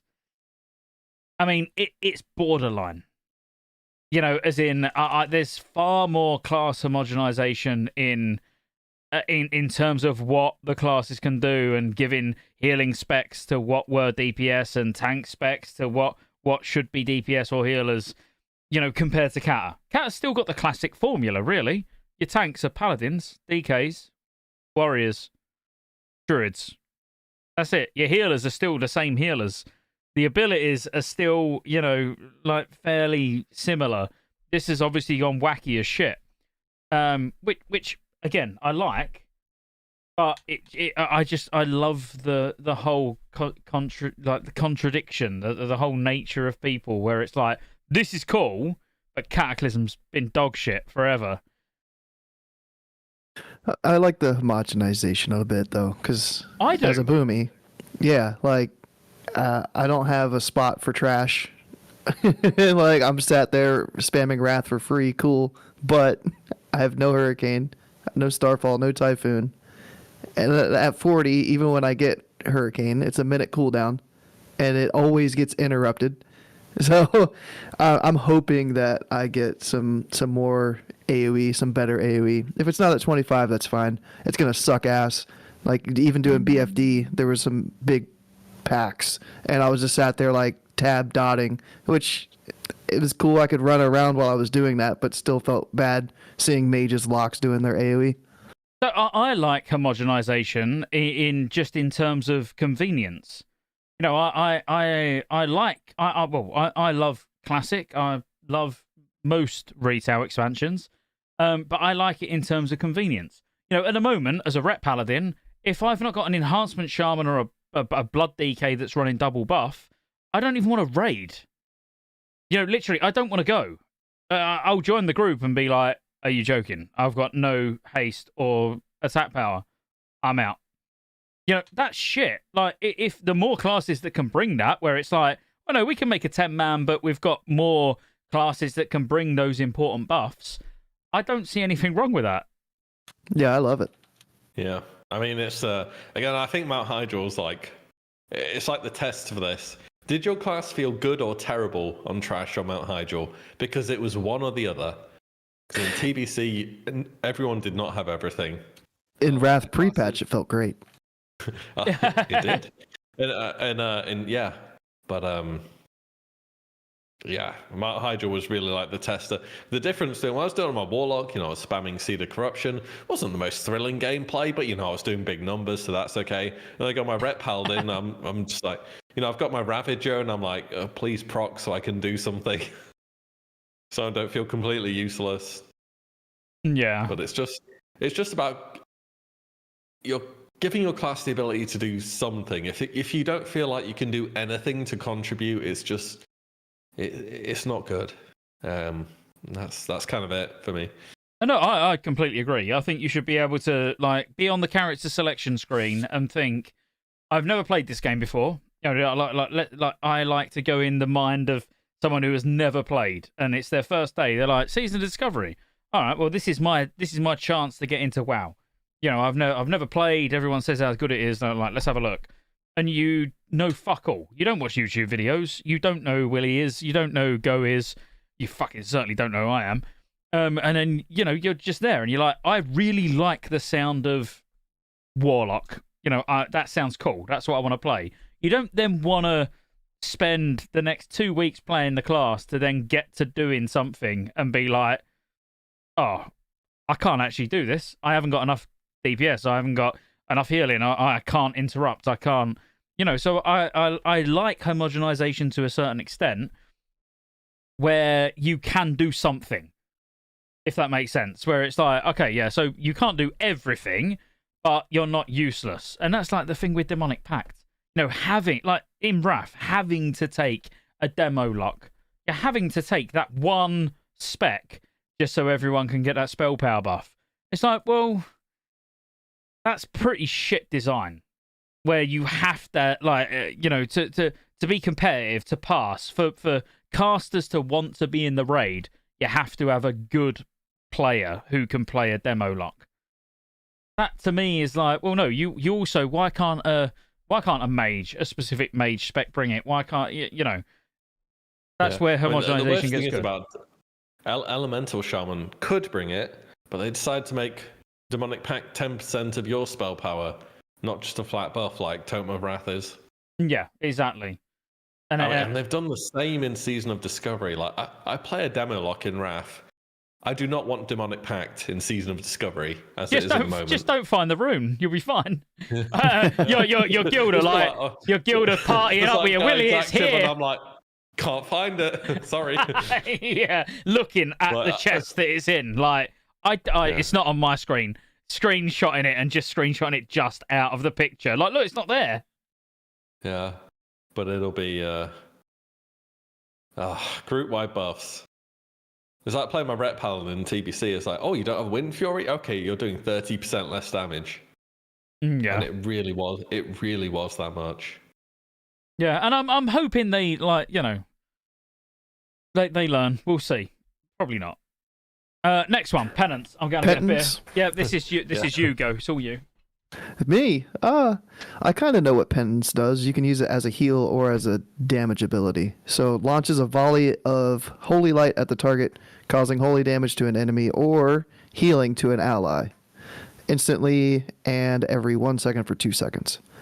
So yeah, you were saying earlier, I think that everyone, or the healing priests, are going to choose Penance. Yeah, this is just a really good ability. The damage portion tends to come more in for PvP. And in vanilla specifically, obviously healing and damage is split. Obviously damage can become healing, but your healing stat is 3 times what your damage is. So there's kind of a big difference. Whereas in Wrath, when this came in the game, this was normalized. So I think this is just better for healers, like as a flat statement. Maybe you do use this as Shadow? It is Holy Light, though, so Probably have to be out of form. I don't remember. Could you use shadow spells in shadow form? Let me check. I don't remember. But 16% base mana, 12-second cooldown, so you gotta kind of use it wisely. Discipline spells while in shadow form. Oh, sweet. According to the tooltip. And Penance has typically been a discipline spell. So maybe it's not bad, but yeah, again, doing holy damage is kind of no good. You're missing a lot of damage on that. And you probably just go with the next room we'll be talking about. But yeah, for healers, this is great. This is just a very mana efficient heal. Tops people up, is kind of everything you'd want. And in PvP, again, it's fantastic. Penance is amazing. It's very versatile. Just another great tool for priests. How mana efficient is it in Season of Discovery? 16% base mana. Oh yeah, that's pretty good. Yeah. At least I know Wrath, it's super cheap. Yeah. But yeah. 16%'s cool. Yeah, that's not bad at all for a hill. Probably not enough for Blorby. Blorby's like, why is it not 80%? I'd use it on cooldown. But yeah, this is just, I think if you're a healer, you'll be taking this because Circle of Healing, maybe on the odd fight here and there, I don't know. But Penance is just very consistent. It's great at topping people up. If you're PvPing, Penance is also good. Or there's the next rune, which is Shadow Word Death. If we're done on Penance. Yeah, I'm good with it. I'd say we're done on, but like Penance, yeah, it is good. Yeah, it's the same as Wrath, basically. I mean, I think we know about that one, right? Yeah, it genuinely is my favorite looking spell in the game. It looks sick. The only thing I don't like about Wrath Penance is you can't cast it on the move. Oh yeah, when you can cast that while moving, it's insane. Was that Mop? I feel like they let you do everything on the move. Yeah. God, Mop was good. Mop was good, man. Yeah, let's skip Kata. Let's skip Kata and go straight to Mop. I'd be down for that. You can do everything on the move. Shaman, you can do everything on the move. Priest, you can do everything on the move. It was good expansion. Anyway, Shadow Word Death. It's the TBC version, which means it's not kind of like an execute, but you just press the button. It hits the target for some damage, and then you also take that amount of damage back to yourself. So it's kind of got a bit of a mix between a Shadow Priest kind of vibe going on with this, but also for PvPers, they're going to consider this all Penance. Yeah, it's great for breaking yourself out of polymorph. Oh you have to precast it. Yeah. So as polymorph's just about to land, boom, Shadow Word Death. So you break yourself out. I mean, obviously, I'm certainly not that skilled in PvP to ever do that, but yeah, you absolutely can. Crazy priests are the ones that can do it to death a blind from a rogue because they know the blind is coming. Like that shit is next level. Like I love that sort of PvP. So yeah, death is cool. But I feel like this is where they missed the trick. And anyone who watched my priest video, you'll already know what I'm about to say. Like, this is where masochism from Kata should have been added into this. So, if you take damage from it, you generate mana. Like, it didn't have to be like Kata where it's 10% of your max mana. It could be 2% of your max mana. But you know where you're a little bit like a paladin with Seal of Martyrdom. You know, where you're sort of encouraged to use it to take some damage, but to get some mana back. Like, I feel like this is the one. This is the rune where if they wanted to give Shadow Priest some love in terms of mana regen, out of all of them, this is where it fits best. Because you'd have a decision to make still, wouldn't you? It's like you got Mind Seer if you want to AoE, or you got Shadow Word Death for single target where you want to keep your mana up. So it's not like you're always going to run Shadow Word Death just because of the mana return. Like, sometimes Mind Seer is just going to be better. How does the mana return work? Because it's 12% of your base mana. So it would have to be that you get back more of that mana? Masochism in Kata is when you take damage from it. So because in Kata it works as an execute, if you use it when they're above like 20% health, obviously you're going to take damage. If they're below 20% health, you won't take damage. But then if you take damage from it, you get 10% max mana, not base mana. Okay. So, yeah, max mana. That sounds good. So that's kind. I might have got those percentages wrong, as in when you actually use it in cat. But I'm sure it's 20% where it's classed as an execute. But like that would work. I feel like out of all of the runes that they've given Shadow Priests, embedding masochism into that would just work and require like fucking no effort. Yeah, I didn't think about that. That's pretty good. They do need some help with mana somewhere, and yeah, this could be the rune for sure.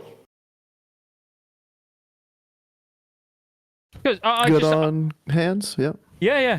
I say no. I was just gonna say, like for me, I just like the fact that it's like, do you want good mana regen or do you want AOE? I think that's a good trade. You know, like if you had to choose between Shadow Word Death for mana or Mindseer for AOE, I that's the only reason that I think it would work there. But yeah, good on hands. What we got left? Chest. These are pretty boring. Serendipity. Go on in. You can't just say the word and stop talking. It seemed kind of cool. Healing with Flash Heal reduces the cast time of your next Lesser Heal, Greater Heal, or Prayer of Healing by 20% for 20 seconds, stacking up to 3 times. So that sounds neat, I guess. Do you want to use Flash Heal? Not really. It costs too much mana. That's usually like an oh shit panic heal, right? I mean, maybe in PvP you occasionally use Flash Heal. And it makes your next big heal not cost less. Cast faster. But that's what's strange. So it's like, you know, heal with Flash Heal, which is really expensive, to reduce the cast time of your really cheap heal being lesser heal. Obviously, what this normally is Flash Heal reduces the cast time of Greater Heal and Prayer of Healing. That's what this ability should be. Yeah. But they've thrown in Lesser Heal in there as well, which I'm like, when would you ever be casting 3 extremely expensive heals to then cast a really fast heal that does fuck all? It don't really make sense. I don't know about that one.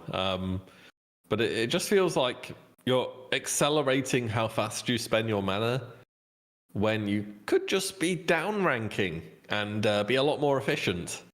Yeah, I mean, rank 1 Flash Heal. What does rank 1 Flash Heal cost? I remember looking this up for a video. It's about 260 mana. All right, okay, so it's still, hang on, 100. Oh no, that's Oh, is it? Yeah, 125. Yeah, 125 Flash Heal. Oh, I must be looking at a different rank then. 125. Versus, let's have a look at Lesser Heal. I mean, that'd be like 10. 30. Yeah, lesser ain't much. Less is 30. So you could spam out like, 375 mana to get a nice quick 30 mana Lesser Heal.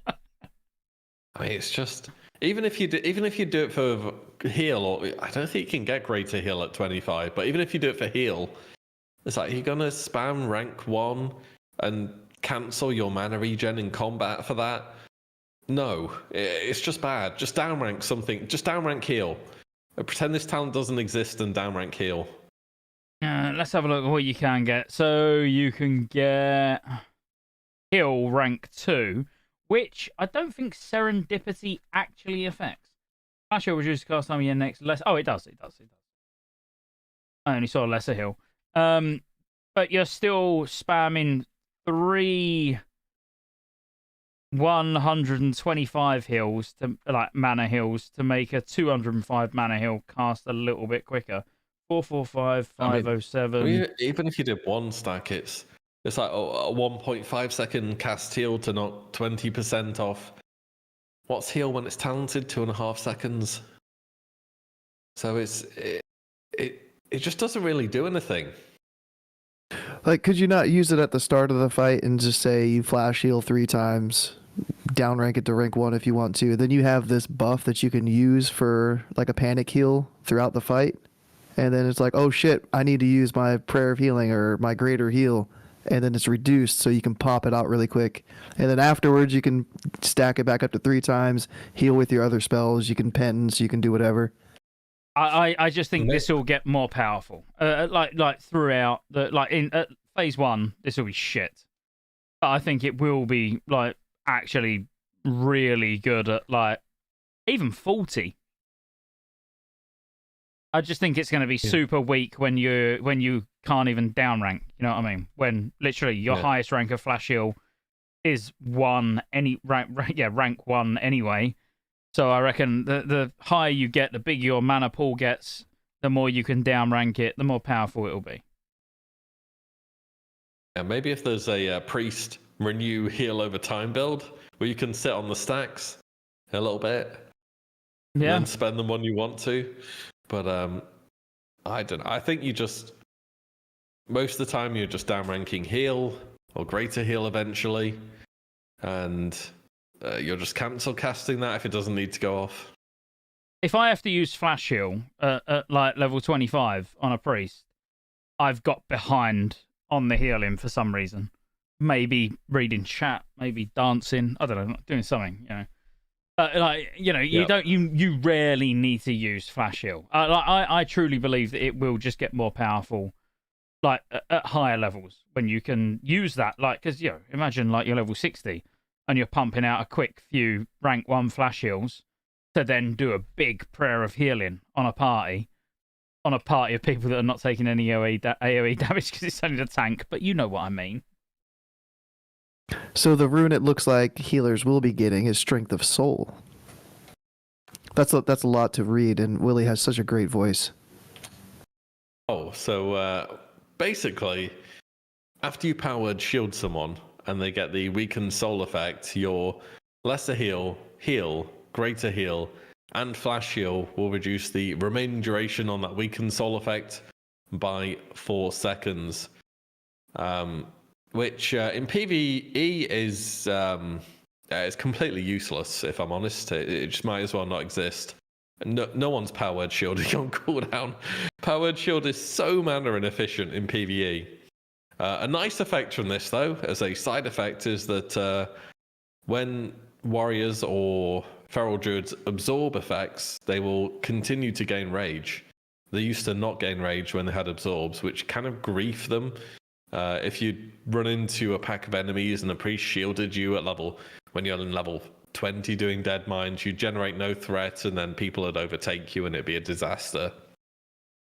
Now it would be okay, but from the actual point of view of using Power Word Shield more, again, just like Serendipity, you're going to downrank other heals, not use Power Word Shield. It is just very mana inefficient. Quite good on like warrior, yeah, great, being able to generate rage, like that's cool. It's always been a complaint. I think it's interesting that for that to actually happen, you have to have this rune. I feel like that should just be baseline in Power Word Shield, where warriors can generate rage if they've got an absorb effect on them. But I like the paladin one. Because like, if I was a prop paladin and you was healing, so say it was me and you, Willie, I'm the prop paladin and you're the priest, I'd be like, well, stick a shield on me and then drink. So on the pool, you're still on full mana, and I'm actually getting all the threat from all of the hits on my shield. Like I think the threat to a paladin with Power Word Shield using Strength of Soul is actually stronger than a warrior getting rage. Because on a warrior, you just wouldn't use it. Whatever, I'll just heal him instead. But on a paladin, it's like, well, actually, I'll stick a shield on them because they're going to at least get the threat from it on the pull. Yeah, I think that's maybe the biggest use of it. I think this should be a passive for the whole priest. It should just be part of Power Word Shield. Yeah, it's like, why'd you have to take this rune to make this ability usable? Especially when you've only got a choice of 2 anyway, and both of them, as we've now just got to, are both pretty shit. Do you know what I mean? It's like, well, you take Serendipity, which we've already established is fairly wank, and Strength of Soul, which is also fairly wank. I mean, the short version of both of these runes is ignore them and just count downcast heal, downrank heal, and I don't know what they're meant to be doing, either of them. PvP though, Strength of Soul, by the way, is very good. But for PvE, it's Well, like Power I Shield think is good in Serendipity. Wrath. I think Serendipity is strong for. Well, I think Serendipity is actually strong, like overall PvP and PvE. Personally, as in not at level 25. Like, yeah, I'll just put it out there, but like at 50, 60, Serendipity will be strong because using 3 quick rank 1 flash heals for a big prayer of healing that's going to come out quick. So you're just keeping that stacked ready. So there's about to be AoE that goes out. You go boom, boom, boom with 3 flash heals, and then you're ready to get that quick flash, that quick prayer of healing out as soon as the group takes damage, so you can snipe it from the druids because they're cunts. Because that's how I'd use it. That is literally how I would use it. I'd be like, right, how can I snipe healing with this? Whereas Strength for Soul, it's like, well, I'm not going to snipe shit with that. So I think Serendipity's got far more weight in PvE. But again, you still are relying on people actually taking damage. Yeah, I mean, the problem with Serendipity is what do you do between all those casts? So you're trying to stack up Flash Heal and then you're renewing? That's all you can do. Prayer Mending? Yeah, sure. Prayer Mending, renew. Shielding? Slash Dance? You ain't shielding unless you don't like your mana bar. Yeah, Slash Dance, go. Yeah, maybe. No, I'm saying go, Slash Dance. Oh, right now. Cat form? Yeah, maybe cat form. Cat form and do Wind Fury. How about that? That's useful. Yeah. But no, I don't know. This is why I didn't really want to go onto these runes until last, because they are, they're pretty shy all around, even for Shadow. So let's move on to Shadow. So Twisted Faith, because I like Twisted Faith on paper is really good. I think, on paper, when you're like, oh shit, Mind Flay and Mind Blast deal 20% increased damage to targets afflicted by Shadow Word Pain. And you're gonna have Shadow Word Pain up all the time. Problem is, you're not gonna have any mana to press Mind Blast and Mind Flay. So, yeah. I really think I think they're gonna handle mana issues even early on. If they don't, then it's gonna be pretty sad to see. But I think they're doing stuff with other abilities, other classes to give us some mana back. So hopefully, we're not just gonna be in under a minute. We're gonna blast for that minute, but then have to sit there and regen out of like the 6-second rule. So out of interest, so Willie, if you know or anyone in chat, just go. I know you rarely level anything other than druids. That's why I'm not aiming it at you. But would a 20% damage increase on Mind Flay? So Shadow Word Pain's up on your Mind Flaying. Would that actually out damage a wand?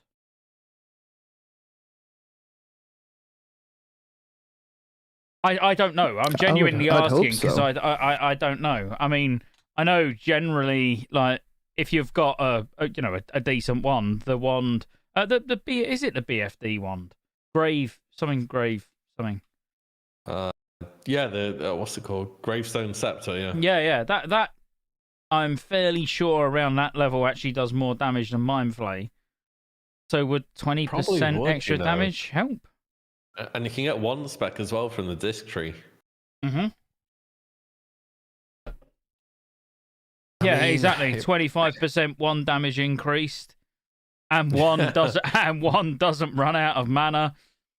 Yeah. So you can actually even if it done like a couple of DPS less, you're still saving that mana to be able to use it on a heal or use it on, whatever else you need. I don't know. I mean, this talent seems. 20% is a big number, but Mind Flay and Mind Blast can crit obviously, which is good. Mind Flay can't. It doesn't scale with anything, which periodic effects just don't in vanilla or channeled ones. Again, it feels like one of these talents where it's missing something. So Mind Flay does 75 damage over 3 seconds. So 25 DPS. And then what is was it Shadow Grave Scepter, did we say? Gravestone. Oh, Gravestone. Was it Gravestone? Yeah, no, you're right. It's Gravestone Scepter. It's 29 DPS. Are S priests not gonna have to go down to shadow weaving to apply that for like the warlocks and stuff to have extra shadow damage too? So like they wouldn't have to, like they couldn't wand because they need to have that. Yeah, but I mean, I was talking more now, like phase 1. I mean, you could get 1 point in it. Yeah, I mean phase 1 too. Yeah. Yeah. So you shadow damage ones are good in general because they scale with shadow weaving. So they are more beneficial, but you can only get 1 point in shadow weaving, so you've only got a 20% chance when you do a shadow effect. Not your one though. Your one doesn't stack shadow weaving. It has to be a spell. And the first hit of a direct spell, like the first hit of Mind Flay, for example. Spell coefficient of Mind Flay is really low. It's pretty okay, but Void Plague should scale a lot better and don't have to stand still and cast a deal damage. Yeah. And as I say, just if we're taking if we're comparing apples to apples, then Gravestone Scepter's DPS is higher than Mind Flay. But then obviously when you bring other things into it, we're gonna get what did I say? It was 25 DPS. Then you're gonna do another 5, so it's gonna be 30 DPS. So with the literally with Twisted Faith, your Mind Flay is gonna do 1 DPS. Forgetting any spell damage you've got or anything like that, but it'd be 1 DPS higher than Gravestone Scepter. I mean, then it's costing a shitload of mana. It's not, is it really? It doesn't sound it to me. Yeah. That for the sake of 1 DPS, I'd rather save my mana and be able to put another power word shield on myself when it falls off. If I power word shielded myself and I was just wanding, then when it breaks, I'll put another one on and not have to worry. Yeah. I don't remember what expansion it was, but eventually they put some kind of proc in the game where Mind Blast would reset and be instant cast. Oh shit, hang on. I've not even counted in wand the wand specialization though, have I? Obviously the wand is going to do 25% more. So there's 1 DPS in it without even counting in wand specialization. So no, the wand will do more. So essentially what we're saying is ignore this rune and use your wand. I think so.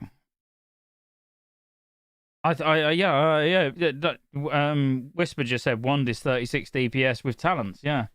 So I think Twisted Faith is fairly dog shit. So Void Plague is the go-to. If you're leveling. Void Plague afflicts the target with a disease that causes some shadow damage over 18 seconds. How much shadow damage? Some.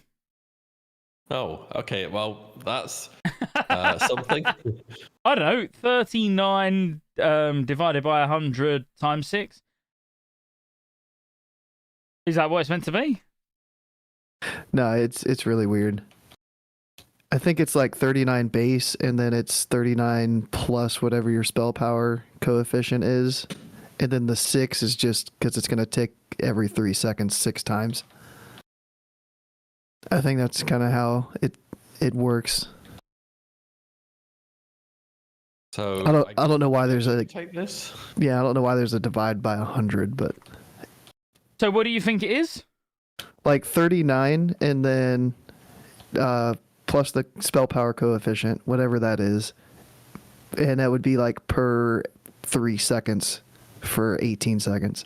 So it could tick for maybe 50 if you've got a little bit of spell power, 45, something like that, every 3 seconds. So it's kind of like another Shadow Word Pain. Yeah. Yeah. Well, damage over time effects in vanilla are bad, so... And 13% base mana. But that will scale with level. So we're looking at it in its level 1 state, remember. It's got no ranks. So that could literally go up in damage every level. Yeah, so I can't imagine it's going to have like actual levels where it jumps up. Do you know what I mean? I can't imagine like that's what it is from level 1, and then at level 18 it all of a sudden jumps up. It will probably slowly ramp up every level you gain.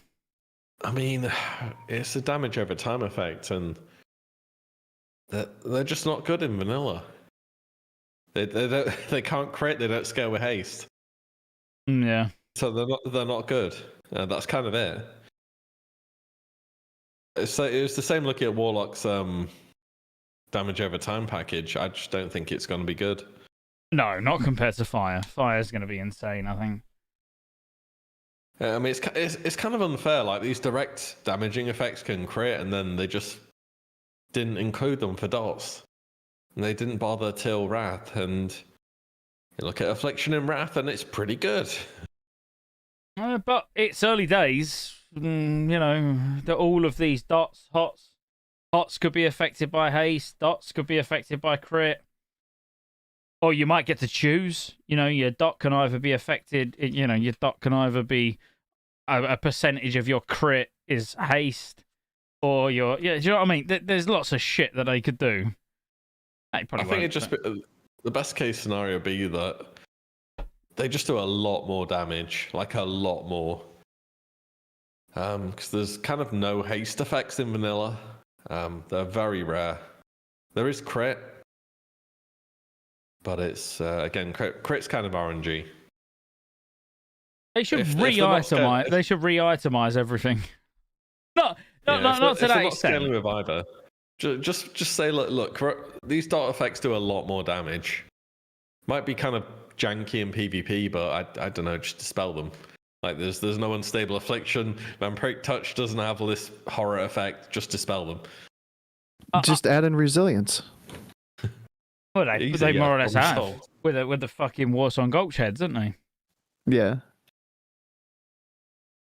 Did they give a buff for 5% damage, and then those heads reduces damage by 5%? Yeah. Like a zone-wide buff for 5%, and then the helm just cancels it out. Yeah.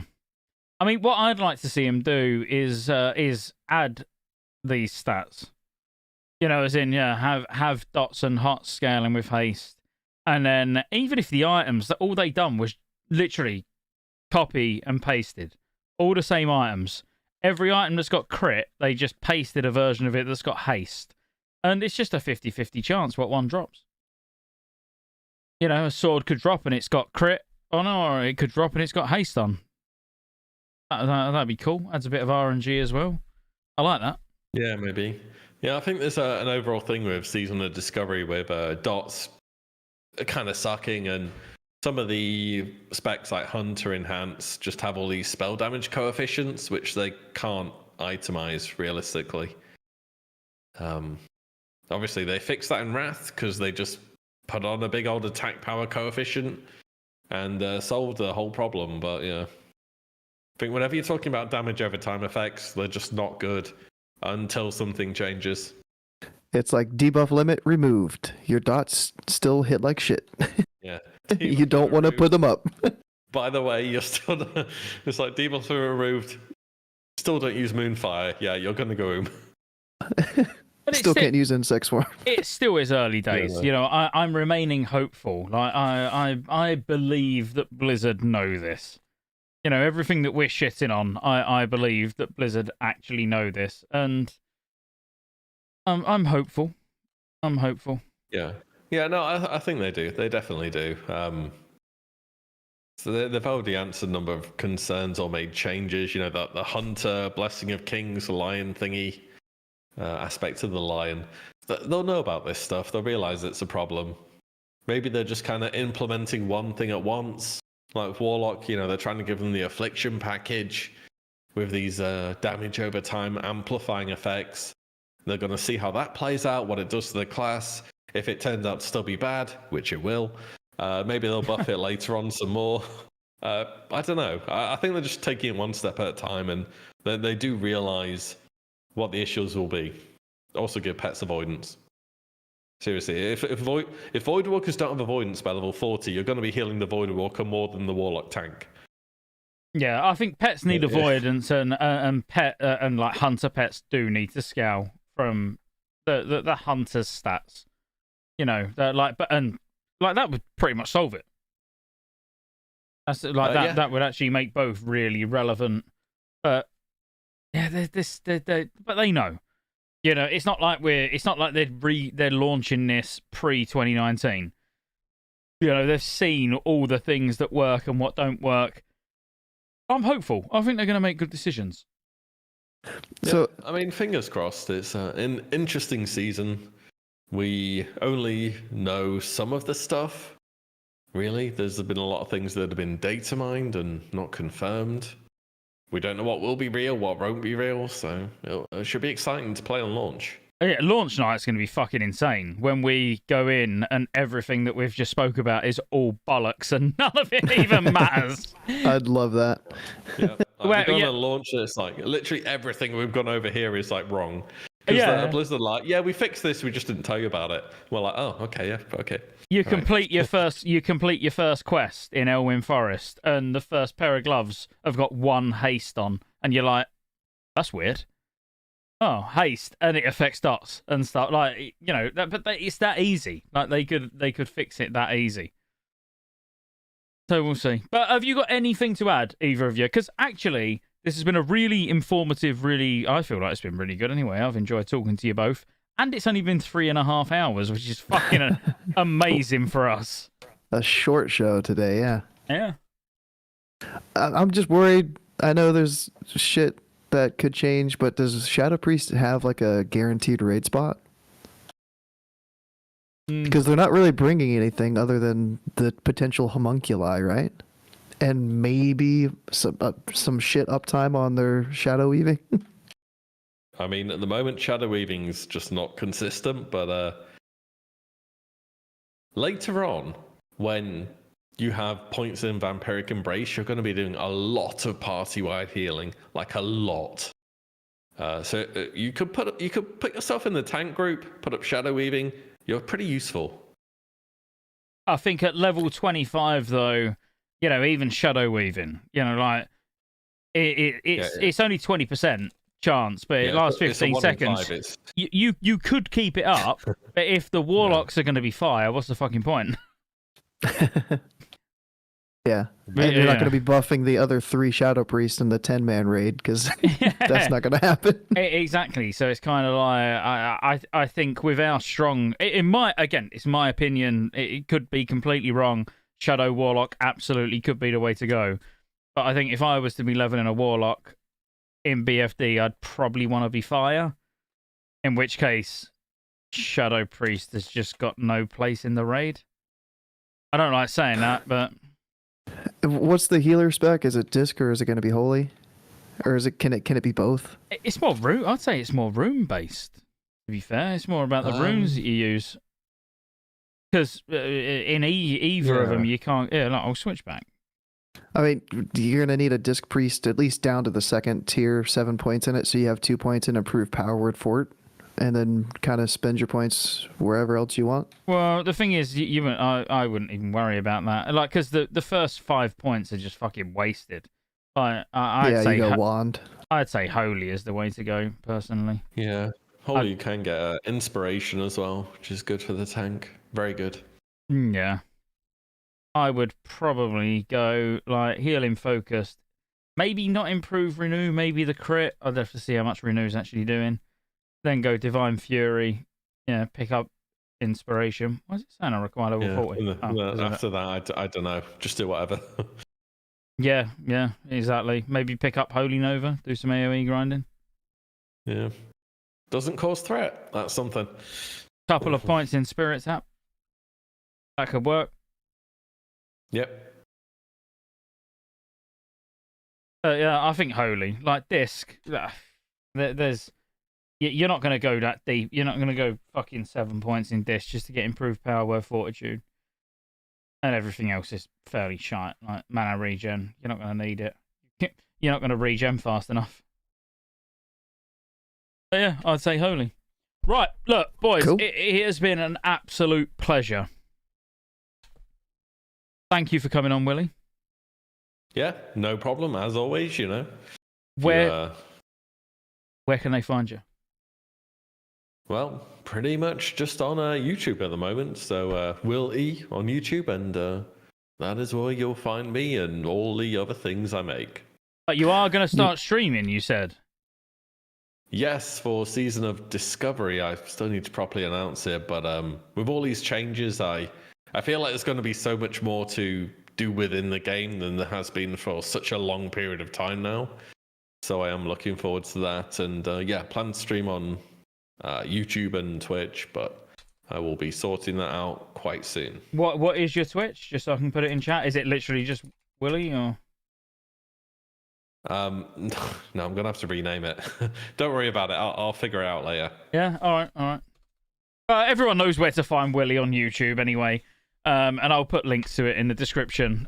When he figures it out later, I'll put his Twitch in the description as well, so you can go and follow him. Go. Cool. Right. Thanks for coming. Yep. What? No, we're done. No, you can find me here on Monday with Scotty, Griff, and Mr. Sully talking about Paladin and Shaman. Again, are you kidding me? Oh man, we've got podcasts Monday, Tuesday, Wednesday, and then launch on Thursday. It's going to be fun. Busy.